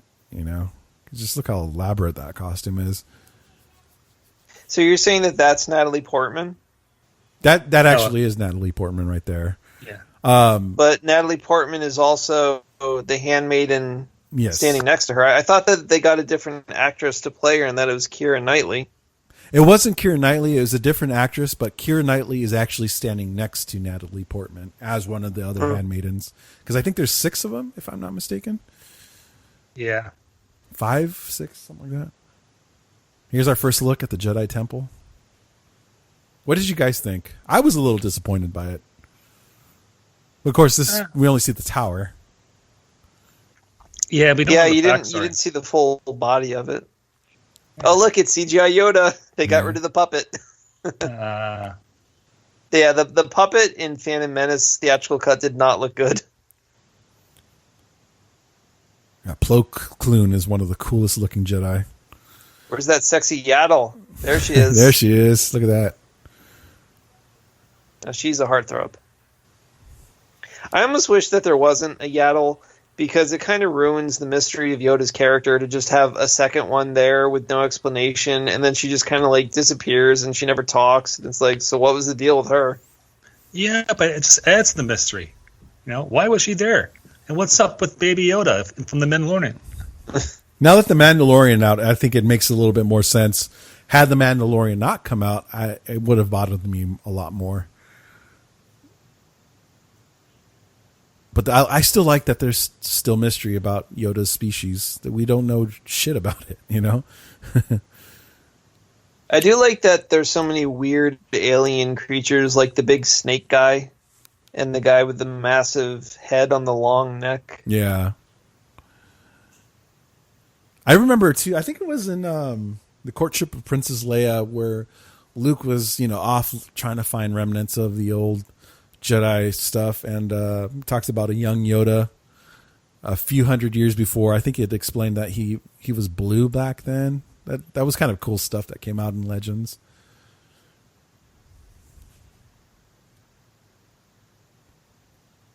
Look at that. He's even got the swagger walk.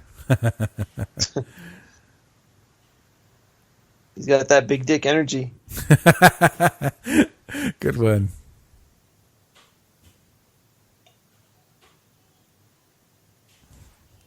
Naked woman statue in the background there. Very Romanesque again. Yeah, Dirk, you really need to get out more, man. Hey, I'm actually still going to work every day. Very few people can say that anymore. Those statues are really cool. They're very abstract.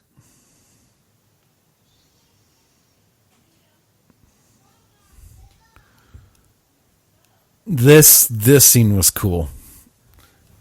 Even though I don't care for politics now, or even at my high school age, I still thought the scene was amazing.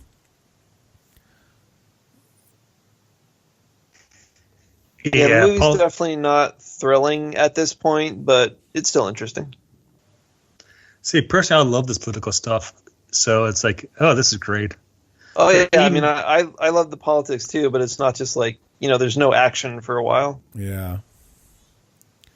Is it E.T. in this one, or is it in the third one? Yeah, they're in this one. Yeah, you can see him when there was the vote of no confidence, right?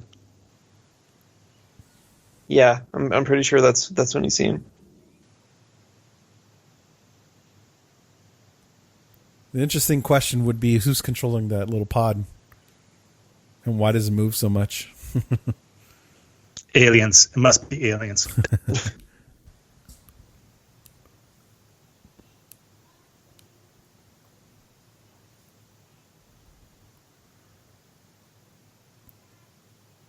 If I remember correctly, the actor playing... Oh, God, what's his name? The horn guy.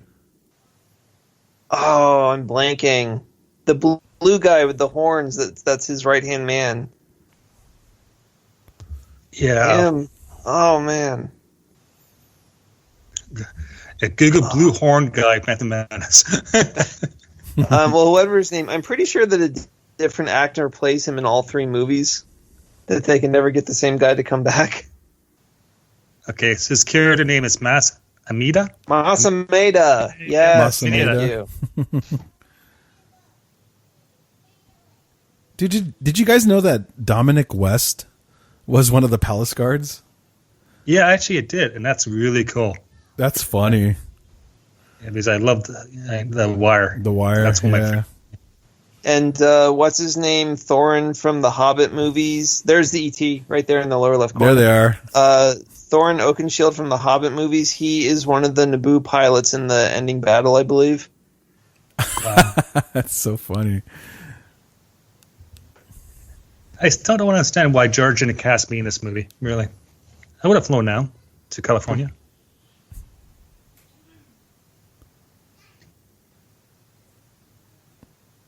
I like that some remnants of like Obi-Wan starts to show right here. He wants to become a Jedi so bad, The younger Obi-Wan. Look at that. That's such a cool shot, right? It is. I love the color scheme. Yeah. I always wondered how that traffic worked, though. Well, they have set lanes that you have to stay in. That's why everybody's going in a straight line.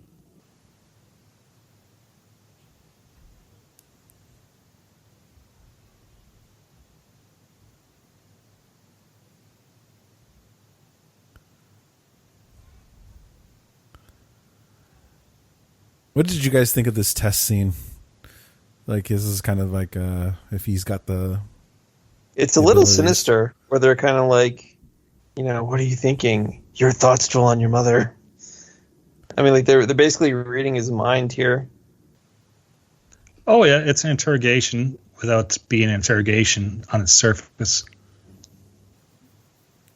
I guess you got to pass the test, right? If you want to join the club.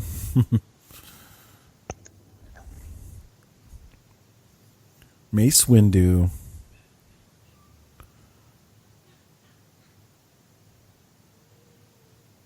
Yoda is not that happy with Anakin. Which is funny because in the EU content, it's Mace Windu who really just cannot stand Anakin and just like always has a dislike for him.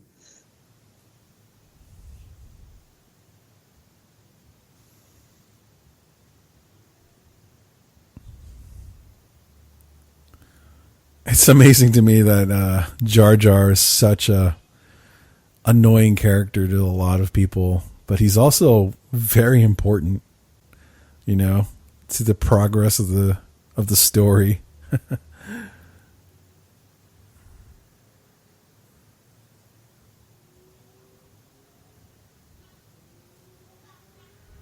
I remember that line being quoted a lot. A surprise to be sure, but a welcome one. Yeah. Bail Antilles. Who is not the Captain Antilles of the Tantive 4. It's a different Antilles. And I believe that there are cutscenes showing Bail Antilles in the Senate that were filmed, but chopped out.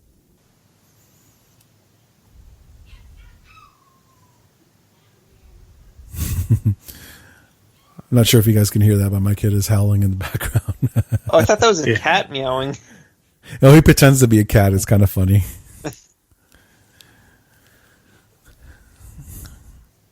This was a cool scene, for Amidala especially.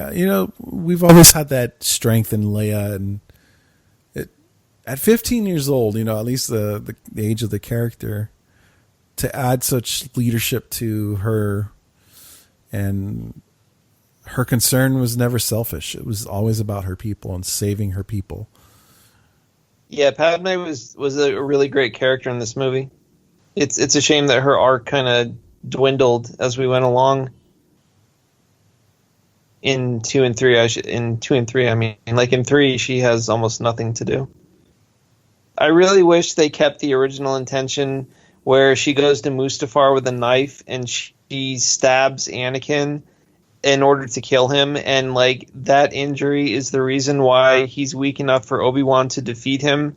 Like that would have been a cool one, yeah. Yeah, I mean that would have like given her character agency, and it also would have made that fight make more sense, because if Anakin is the all-powerful chosen one, he should be able to wipe the floor with Obi-Wan. That's really dark, Derek. Really dark. Because like if his sheer force power is so high, like when they do a force push against each other, Obi-Wan should just go flying backwards. He should just be able to chuck him into the lava with no effort.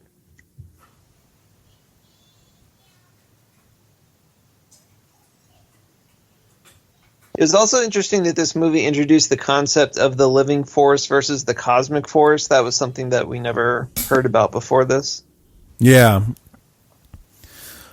I was kind of thinking too, it was fun to talk theory when this movie came out too, because I remember talking about my friend mentioning how Anakin was actually the reason for Padme's death by crushing her with the Force. It was funny to talk about stuff like that didn't make sense, at least, or doesn't make sense now, but at the time it was like, I wonder if that's true.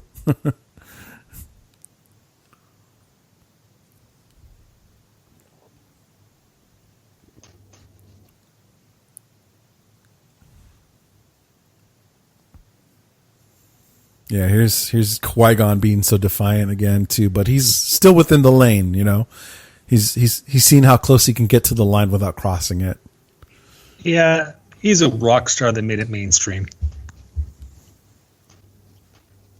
He's like the Jedi wearing he's like a guy wearing leather pants, Everybody wears Levi's and he wears leather pants. Yeah. That's Qui-Gon. If you guys would like to learn more about Qui-Gon, the recent novel, what was it called? Yeah, the one that just came out. Master and Apprentice? Is that what it was called? Yes, Master and Apprentice. It was by Claudia Gray. It's not like an amazing epic story, but it's a really good character piece about the relationship between Qui-Gon and Obi-Wan prior to Phantom Menace, and it's a good read. And also, of course, the Queen's Shadow, which is a great story of Padme. Those are two really good novels that recently came out that really flesh out Phantom Menace. And the sequel, Queen's Peril, is coming out, I believe, in June. Oh, yeah? Yeah, I'll just add all these books to my list of things I need to read. I'm so behind on all that stuff that I gave up. I'm so behind. So behind. Yeah, I finally got to the point where I started picking and choosing what I was going to read because it finally occurred to me, these books don't really count. They're not having a larger impact on the franchise or the movies or the TV shows, but there are good little stories to be found within there. Yeah. If anything, it just adds more character to the character itself, Yeah, I don't want when I read for it to be a burden. So if you do a podcast on Star Wars, you're just doing a Star Wars podcast and you feel you need to do and read and consume every single piece of content out there, it turns into a full-time job. And you get to the point where you probably don't even like Star Wars at some stage in the future because you just inundated with it all the time. Yeah, that's very true. Yeah, that happened to me in 2017. I was reading all these Star Wars books, and I was like, you know what? Some of these I'm just not. It's just not grabbing me. Yeah, there's Star Wars books. There's also Star Wars comics, and God knows how many comics there are now. It became very, very convoluted. There's so much Star Wars. It's coming out of your ears.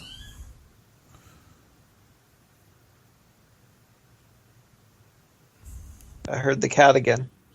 Yeah. He's cracking up, it sounds like, in the background.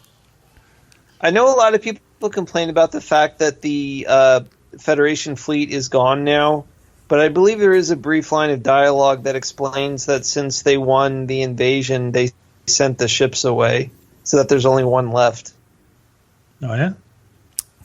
I didn't even think about that, to be honest. That's awesome. Well, yeah, because when they fled, there were dozens of battleships everywhere, but now there's only the single one. All right, the scene's coming up now where you actually can see Keira Knightley. Let's see if I could find her quick enough to say it.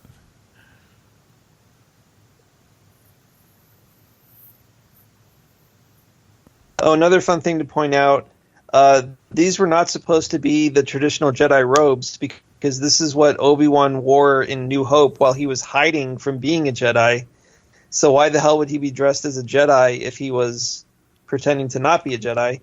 But his look was so iconic, they just decided to go with it. I think his original intention that the traditional Jedi uniform would be the black one that Luke wore in Return of the Jedi, but then he changed his mind. Interesting. The colors kind of make it seem more Jedi-ish too. Not the black to me.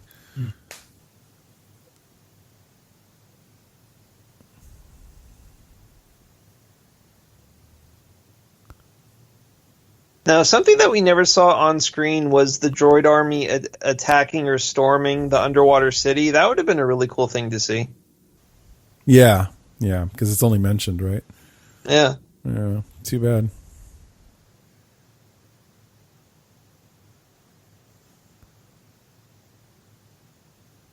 I love these ancient sunken temples and heads. I think that's from Cambodia. Yeah. Yeah. And it's just, to me, it's like an Indiana Jones reference. It's very subtle. So, that does not look like Natalie Portman to me. No, Natalie Portman's standing on the left to her. Because that's the real Natalie on the left.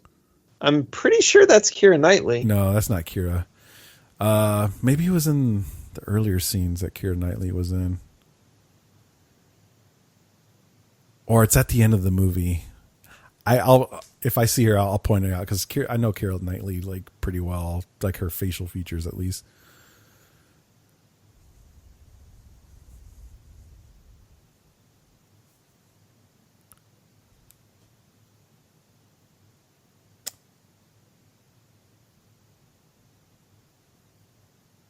I think I remember actually being surprised at this plot twist the first time I saw the movie. It was pretty shocking. And of course, it's cool the way Qui-Gon knew about it all along, and he just kind of quietly played along with it and made a couple sly comments, on Tatooine to her. Hey, Derek, you know what? You are right, man. That actually is her. But I remember seeing her in a scene where she's not actually wearing the makeup too. And I think that was like in the beginning of the movie. So I know I'm not wrong on that, but you're right. You're actually right. She actually is Sabe, the Queen's double. You're really causing me to question my life choices there. I'm glad I did, though. I'm making you sweat a little bit. Well, let's take a moment and raise our glasses to Derek. Derek. There you go, Derek. Okay.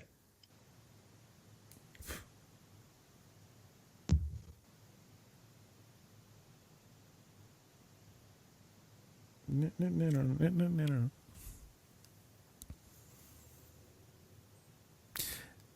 Right about here, the movie kind of dragged for me. I'm already even feeling it myself. I'm like, this movie needs to move along. Doesn't the fighting start in like 30 seconds? Yeah.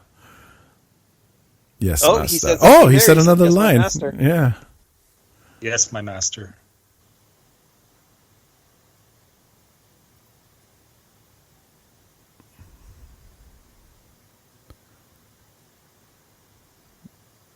Those sleek-looking star speeders. This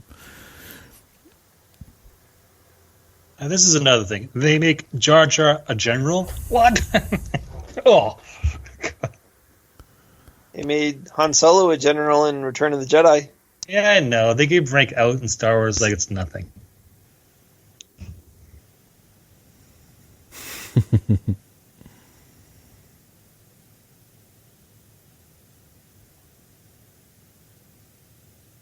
Oh, another thing that we glossed over, I love the fact that the planet of Naboo has like a porous core that you can just fly through in an underwater sub. That's a really cool idea. Yeah. Joel's reaction wasn't so convincing. I actually still have on my bookshelf here a book from the 90s called The Science of Star Wars, and I believe they completely rip apart the notion that you could have like a hollow planet like that. I didn't realize it was like the entire planet was hollow with water inside, but I thought it was just submerged water, a submerged ocean, which does exist in real life, and like moons of, I don't know, Saturn. Okay.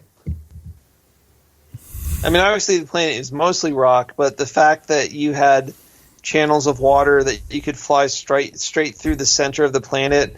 I think the scientific notion was that it would be so hot in the middle that the water would boil to steam and you would be cooked alive if you tried to get close to it. That's interesting. All the stuff I never thought of. Yeah, Derek really must get out more. If you live next to you, though, you'd be taking him to the bar all the time. Man, he doesn't drink. That's the thing. That's the only reason I'm allowed on the staff. I don't drink any of the alcohol. God. Well, you have to cook all the time, right? As scary as your recipes are. Did you make air quotes when you said cook? Yeah, I did. Oh, this is a great shot with him coming out of the mist. I remember this was in the original teaser trailer. Yep. That I had to have my computer downloaded over the entire night to download the 2-minute trailer. Was it a QuickTime thing or real? Yeah, it was QuickTime, and I had to leave my computer on the entire night just to download the 2-minute video. And it was so pixelated too. Still, you remember that? Yeah, I think I had to write an essay or something. So I'm not sure. I can vaguely remember that, but it was a busy time in my life. I just remember it being so magical when I got to hit play on it the next morning, because it was the first time I ever saw footage of a new Star Wars movie. Because I was born in '81, so all 3 movies already existed. Like I don't ever remember seeing them for the first time. They were always just a part of my memory. So this was the first time I ever saw a new Star Wars footage. Wow.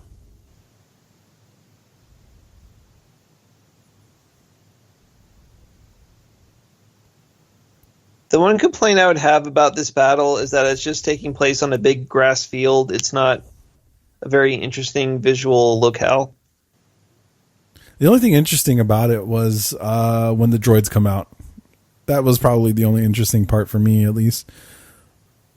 I like seeing all this stuff now because I know Battlefront released some of the levels where you can play these areas now in Naboo.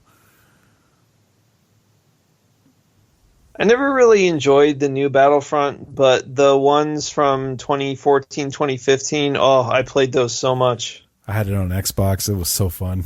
Yeah, those games were so cool. And the new ones certainly look gorgeous and they're photorealistic and everything, but I don't know, I just don't really enjoy playing them. Of course, I'm not a deathmatch guy. I play against the computer because I'm too terrible to actually beat a human being. But so one of these guys is Thorin from The Hobbit.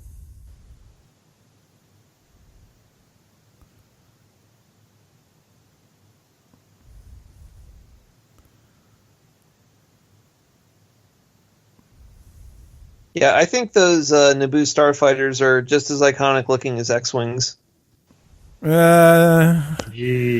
Derek. Those are fighting words, man. For me, X-Wings are like the most beautiful ship. Like, I love X-Wings. And for you to say that is blasphemous. Look at him. Look at him glinting in the sunlight. No, sorry, go ahead, Joel. Why don't you I was looking at Naboo's military forces. It's like a banana republic. There's only a few ships. They're not very good. They're yellow. They're not. It's like they're pacifists. Exactly. See, I was going to say, there was a big turn as far as space battles go when Phantom Menace came out. A lot of the dialogue became very hokey and very kind of.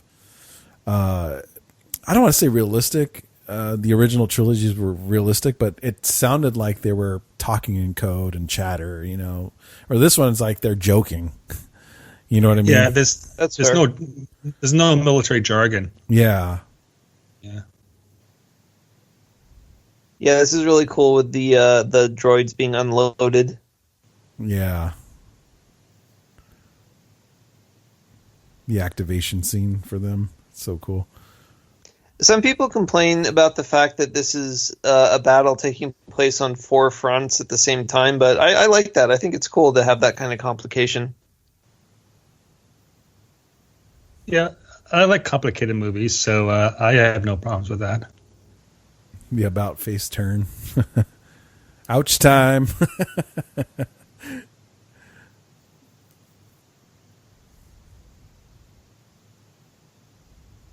Oh no, here we go. Here's the traditional single-colored droids. Yeah.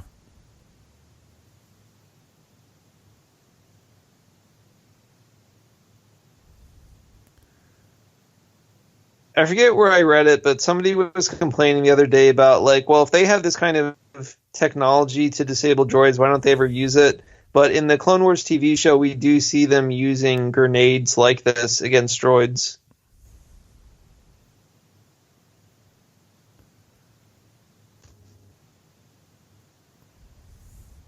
Yeah, this is terrible timing for his acting. But that part always bothered me. Big moment, the big best moment. scene. I remember the one of the rare spoilers I read about this movie ahead of time was that one of the extras in this scene, like spoiled on the internet that there's like a scene where like a bunch of people and 2 Jedi are going to run somewhere in a hangar, and then the door opens and Darth Maul shows up and they fight. And that extra has never been heard again. Heard from again, yeah. Sleeps with the fishes. Yeah, it's so dopey that they take a little boy into a war zone like this. It's such a shame that they don't say a single word to each other this entire fight. I would have loved to have heard what they would have said to one another. No, that's I'm glad the point. they didn't. This is right. This is like a martial arts movie, right? Yep. Half of it's mental. It's all about finding your zen. It's the yin and the yang. It's Taoism. I like that they don't, especially Maul, because he's fighting 2 guys. He's got to concentrate. I like that they don't. I just love that he's attacking both of them. Like, it's so crazy to think about. He's striking 2 guys at once. He's a mauler.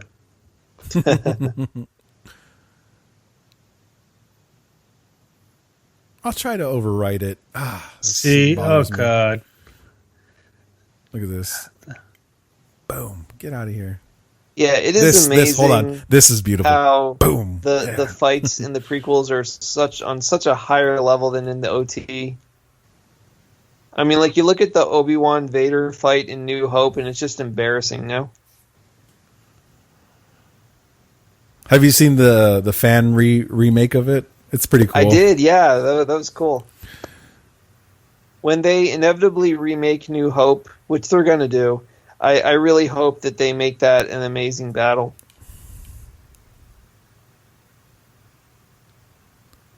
I remember that scene was in, like, the trailer, him catching both their blades on his. Yeah.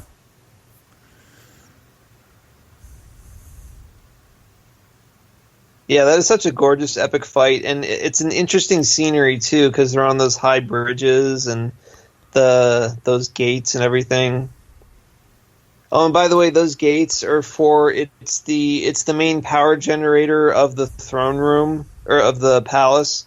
So that's why there's those big gates, because it's in case there was like an explosion in the reactor core that would, contain the explosion.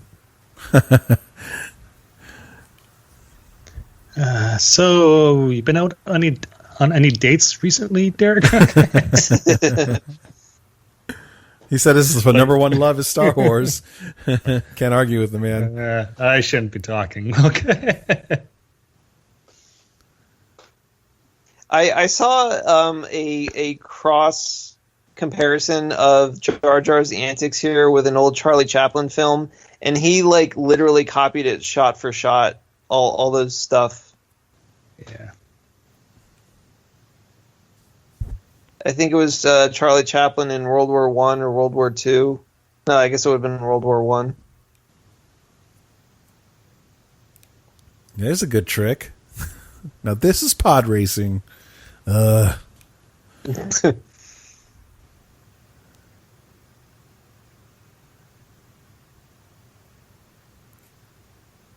least it's a pretty space battle. It is a pretty space battle. I'll give you that. It's too pretty.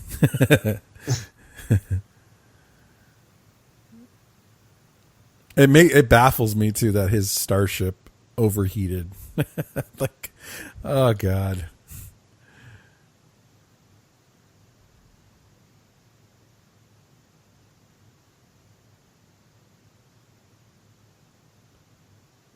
It's nice that Padme gets to be an action hero. Yeah. Reclaiming her planet. This is before she gets to show off her abs in the next movie. Hey, she's what, 15 in this movie? She's a child soldier, okay? That should be bad.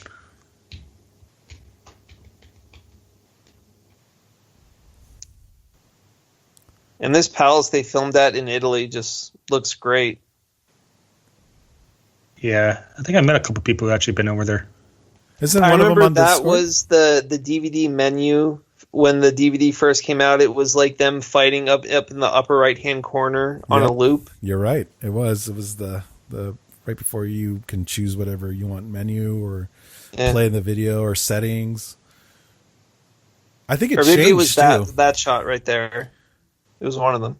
It changed, I think, too. I think it wasn't always that. I think it was several of them.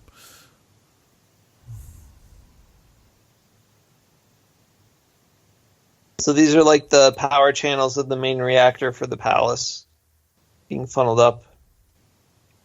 These are the gates you're talking about, right? This is what you Yeah, mean? those are the gates in case there was like an explosion, because that shaft is like an exhaust port in case there's a reactor overload. This is perhaps my favorite scene in the movie right there. The differences how they behaved. Yeah, this is perfect. That he just sits there and meditates while the other guy is like angrily pacing, Staring at him. The compare and contrast. Their mindset is so different. Even Obi-Wan's is different too. You know, he's not sitting down like Qui-Gon and concentrating. He's so anxious to get into the battle. It's like the old guy's still teaching him what it is to be a Jedi, being mindful and using your calm, you know? Yeah. Being patient. That's the word I was looking for. Absolutely. Be a samurai.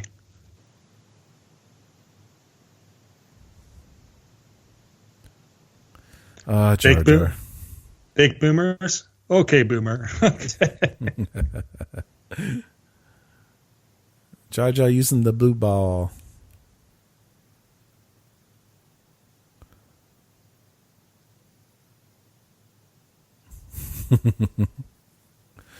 This scene was so weird. It felt so out of place. I don't know if it was the greenery that threw me off, but it was bizarre. So does Jar Jar have testicles then? Because he just landed on that and it seemed to hurt him a lot. Jar Jar, Derek, you need to get a date. Maybe Jar Jar's free. You could date him. Maybe Jar Jar has a sister. Who knows?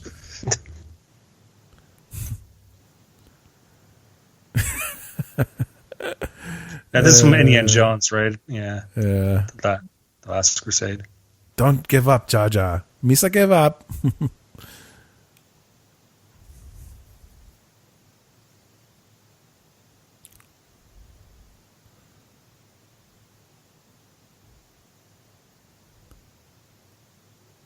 Back to the space battle.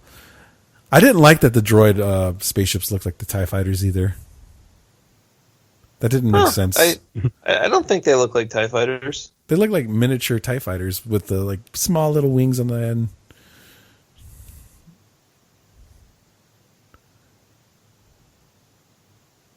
And this is very dopey and convenient that he manages to crash right where the generator. What is it? The reactor or the control core or something like that. That's dopey. And why the reactor would be that close to the what's the word I'm looking for? The hangar. Hangar. Thank you. Jesus, I kept wanting to say cockpit. Where's my mind at? This is great.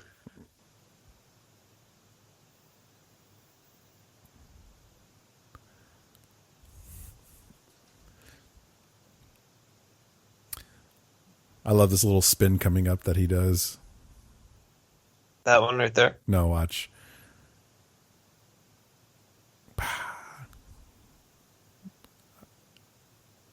Oh, maybe it's with Obi-Wan, I think. Yeah. When the saber splits and he does this like flip. Oof. Now, the night before I saw this movie for the first time, there was this TV special on the Fox channel that was like all about the lead into Phantom Menace, and it spoiled the fact that Qui-Gon gets killed at the end of the movie. I was so pissed off. I was like, why would you say that? And I remember they said, like, we're going to tell you a spoil now, so mute the TV if you want. And I thought, well, I mean, like, I'm just going to listen to it. It can't be that bad. And they tell you that Qui-Gon dies at the end of the movie. I wonder if that's and on of course, YouTube. I got to look that up. if you bought the soundtrack ahead of time, one of the tracks says Qui-Gon's funeral on it, which is also a ridiculous spoiler. So I didn't know that Maul would die, but I did know that Qui-Gon would die. When Maul died, it was pretty shocking. I remember the gasp in the crowd.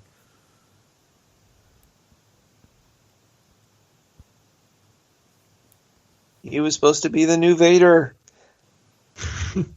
I'm glad that Clone Wars brought him back, because they really did make that character so interesting and give him such an amazing arc to go through, making him more than just a pit bull.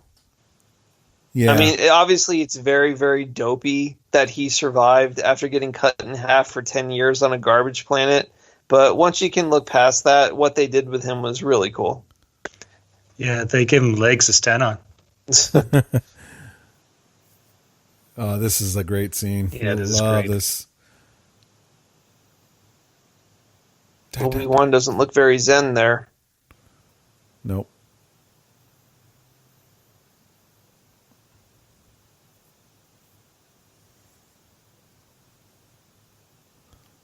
Up flip.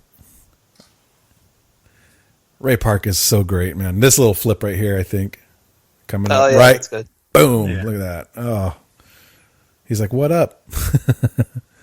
And the reason that Obi-Wan would survive this fight when Qui-Gon wouldn't was that Obi-Wan's emphasis was on the Soresu lightsaber form, which was all about defense. So I forget which one Qui-Gon had, but Obi-Wan was the master of the defensive form of lightsaber combat, which is why he was the best one to fight Maul and to fight Grievous in Episode 3, because he was all about protecting himself and waiting for an opening. Interesting. I forget the names of all the different forms, but like the one that Yoda uses is the acrobatic one, where you're just kind of like doing lots of unnecessarily dramatic flips all over the place so that you can't get hit.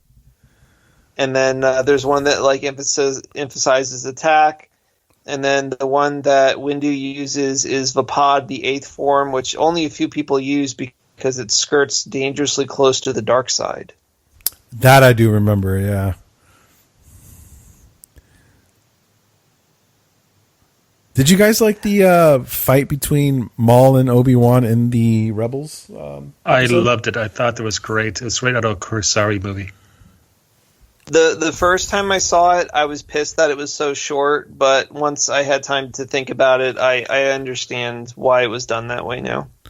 See, I think I had that initial feeling too, until it was actually explained that they were fighting in their mind. Well, I'm going to do this move, so I'm going to change my stance to this, and then, so on and so on. Yeah, and like the whole point of it was that Maul was never able to move on, so he was still doing the same tricks, and Obi-Wan knew that, so he knew that he just had to counter what he had already done before in past fights.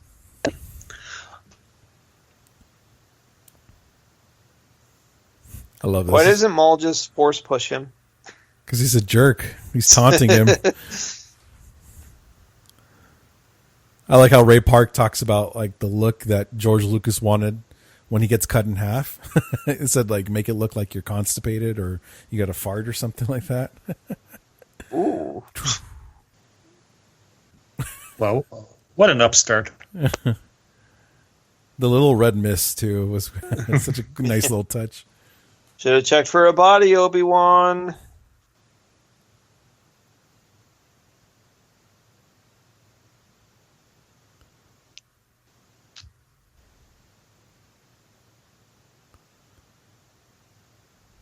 Do you notice that in the first 6 Star Wars movies, every single time there's ever a lightsaber duel, someone either gets killed or a limb chopped off? Like, there's never...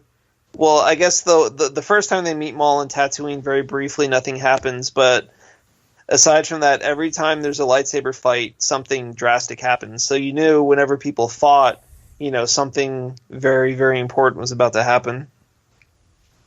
Yeah, it was a trope, and I still miss that. It was quite handy. Which one is the one in episode 6 then?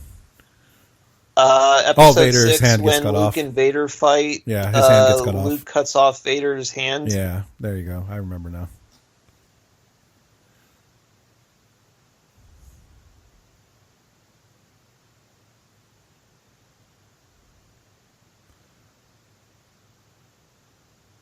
Sassy.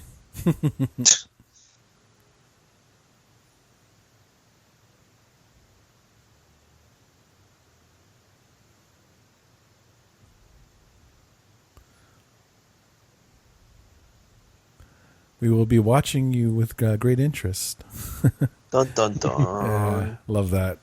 That was such a cool little scene. I like those blue guards. They look pretty cool. Yeah, I like the helmets. They look a bit Greek, if I'm being honest. Yeah.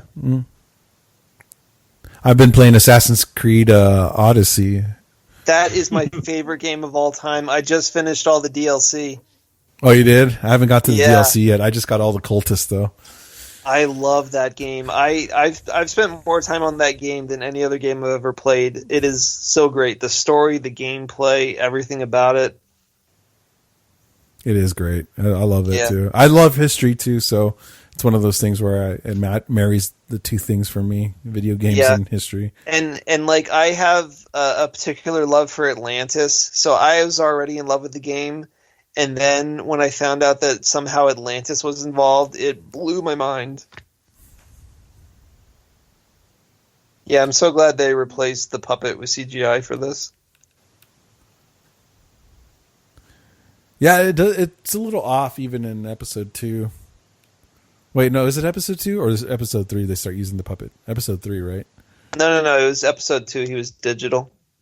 Yeah, so in episode 3 they use the puppet again and it's so weird.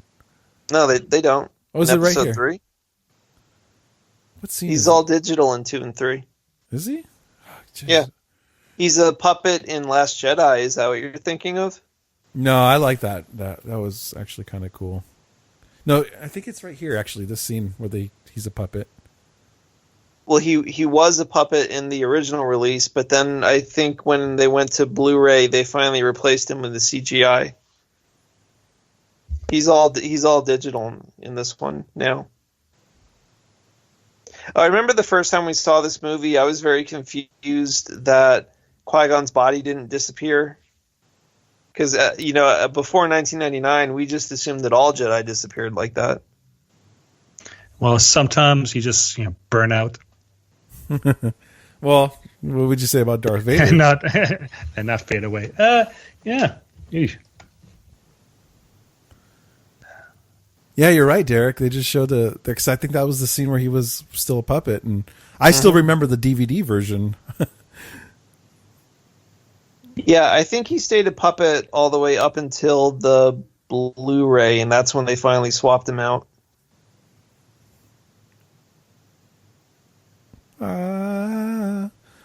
Interesting bit of trivia. This celebratory music is actually the Emperor's theme played in a different key.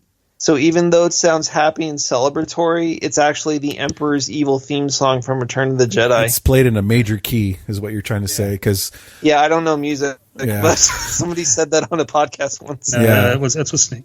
Yeah, so it's a minor key when it's the Emperor, and then major key when it's the celebratory.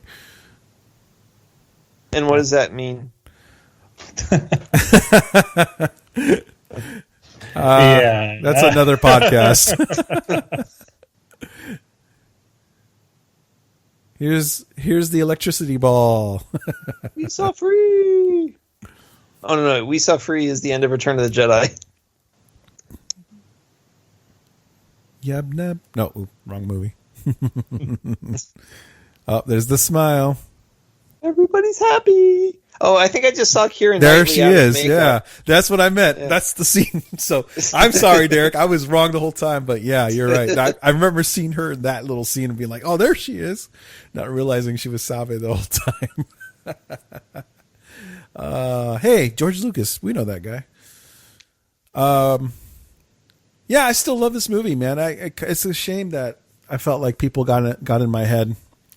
and made me dislike it, because I did have this kind of pure love for it when it first came out, and just hearing people talk smack on it kind of wore me down a bit. Yeah, I always love this movie. The Jar Jar bits are a little embarrassing, and sometimes it feels a little slow without a real sense of drama or threat. But aside from that, I think it's a great movie. I love the way it reinvents the franchise in a completely different way from the original trilogy. Yeah, I think that the setting of the prequels is just a much more interesting one than the original trilogy. It's much more complicated. It's much more big and epic in scope and in complexity of story and moral ambiguity. Well, they all got different feels to them too, right? Like the first set of trilogies are definitely more political. As far as the original trilogy, it's definitely more of a survival kind of thing, What were you going to say, Joel? I didn't mean to cut you off. Yeah, no, I think the Phantom Menace had some really great moments and the best lightsaber scene, but there's so many aspects of this film which just doesn't make sense to me, or just could be better.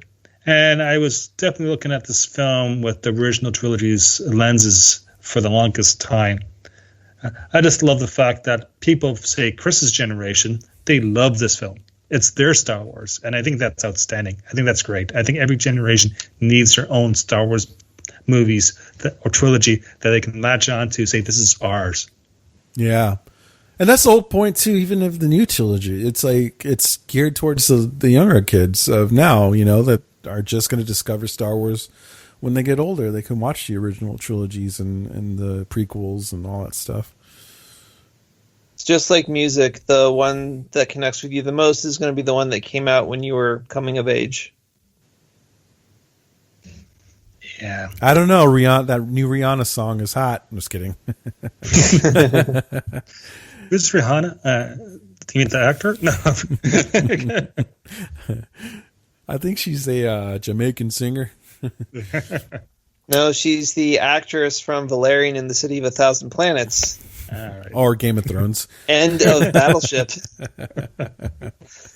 Oh, man. Did you guys have fun watching this movie, though? Yeah, I had a lot of fun watching it. It's a lot more fun when you're watching it with other people and commenting like this, as opposed to just watching it by yourself, because then you're just going to not pay attention. Take bathroom breaks or go grab a soda or something. Yeah. I got to finish doing this. And, yeah, it's kind of nice to sit through it. Kind of like we're in a theater again. Yeah, because when you've seen a movie a million times, it's so easy to just go on autopilot. But when you're talking about it with people like this, it's forcing you to look at it analytically and pay attention to things. Like, I never noticed that it said the Congress of the Republic before, but I noticed it because I'm watching it like a hawk for things to talk about. Yeah. I always want to watch movies like this, especially this one, to see if Jar Jar actually dies at the end, and I hope, but he always survives. I don't know what's up with that. Yeah, it's consistency for sure. All right, well, we're going to go ahead and close this out since we've just been talking through the credits here. But Joel, why don't you go ahead and plug in your stuff? So I do a show with Derek and with Kerry Simpson called the Sci-Fi Pubcast. It's very quirky, and we deal with issues in science fiction and geekdom. So we usually release an episode every 2 weeks, thereabouts. So tune in. It's available on wherever you get your podcasts.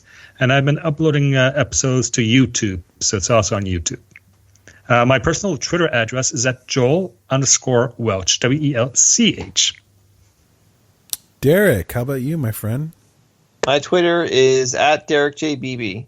And hey, I write books too. You can buy my books. Plug those. Go ahead. Well, I only have one full-length novel called It's a Wonderful Death, and it's part of a fantasy franchise that's actually based on a live-action role-play that's done in the area where I live. And I also have a short story in The Baker Street Irregulars Volume 2, which is a Sherlock Holmes anthology where it's like kind of imagining him in different scenarios. Like mine is a science fiction one where he's on the moon in the future. Very neat. Well done, my friend. I might have to read those one of these days. And then you can follow me. I'm on Instagram and Twitter at Your Buddy Ernie. The show is Talking Earnestly. You can subscribe. And I think once this quarantine is all done, I'll actually have the episodes that I actually intended with deep thought and just fun. I just didn't want to bum everybody out since everybody's in quarantine. So I like doing these watch-alongs, though. It definitely gets the nerd out of me for sure. And I don't know, guys. I think I might call you back next week to do episode 2 because I kind of want to go through the movies now. And I just love Star Wars. I just love talking about it. I would definitely do that because I did not watch the prequels in the lead up to episode 9. Nice. Yeah, for sure. I'm game, man. I'm really game. If I don't fall asleep, but yeah, I'm out there. And by the way, you can always follow my Instagram. I'm sorry, my Twitter for the podcast. It is at Talk Earnestly. That is with an A as well. But yeah, thank you so much, guys, for joining me. This is so much fun. It's cool to know that I have friends in different parts of the country and one in another country who likes bars. But yeah, I mean, technology is cool and I want to use it for fun and positivity. So I hope you guys enjoyed these episodes. And if you have any questions, go ahead and reach out to us. Or if you want to just chat and make fun of the fact that I didn't think that Keira Knightley was Sauron, go ahead and reach out to me. But if anything, guys, thank you so much for listening. And we'll catch you next time. Take care. Bye-bye.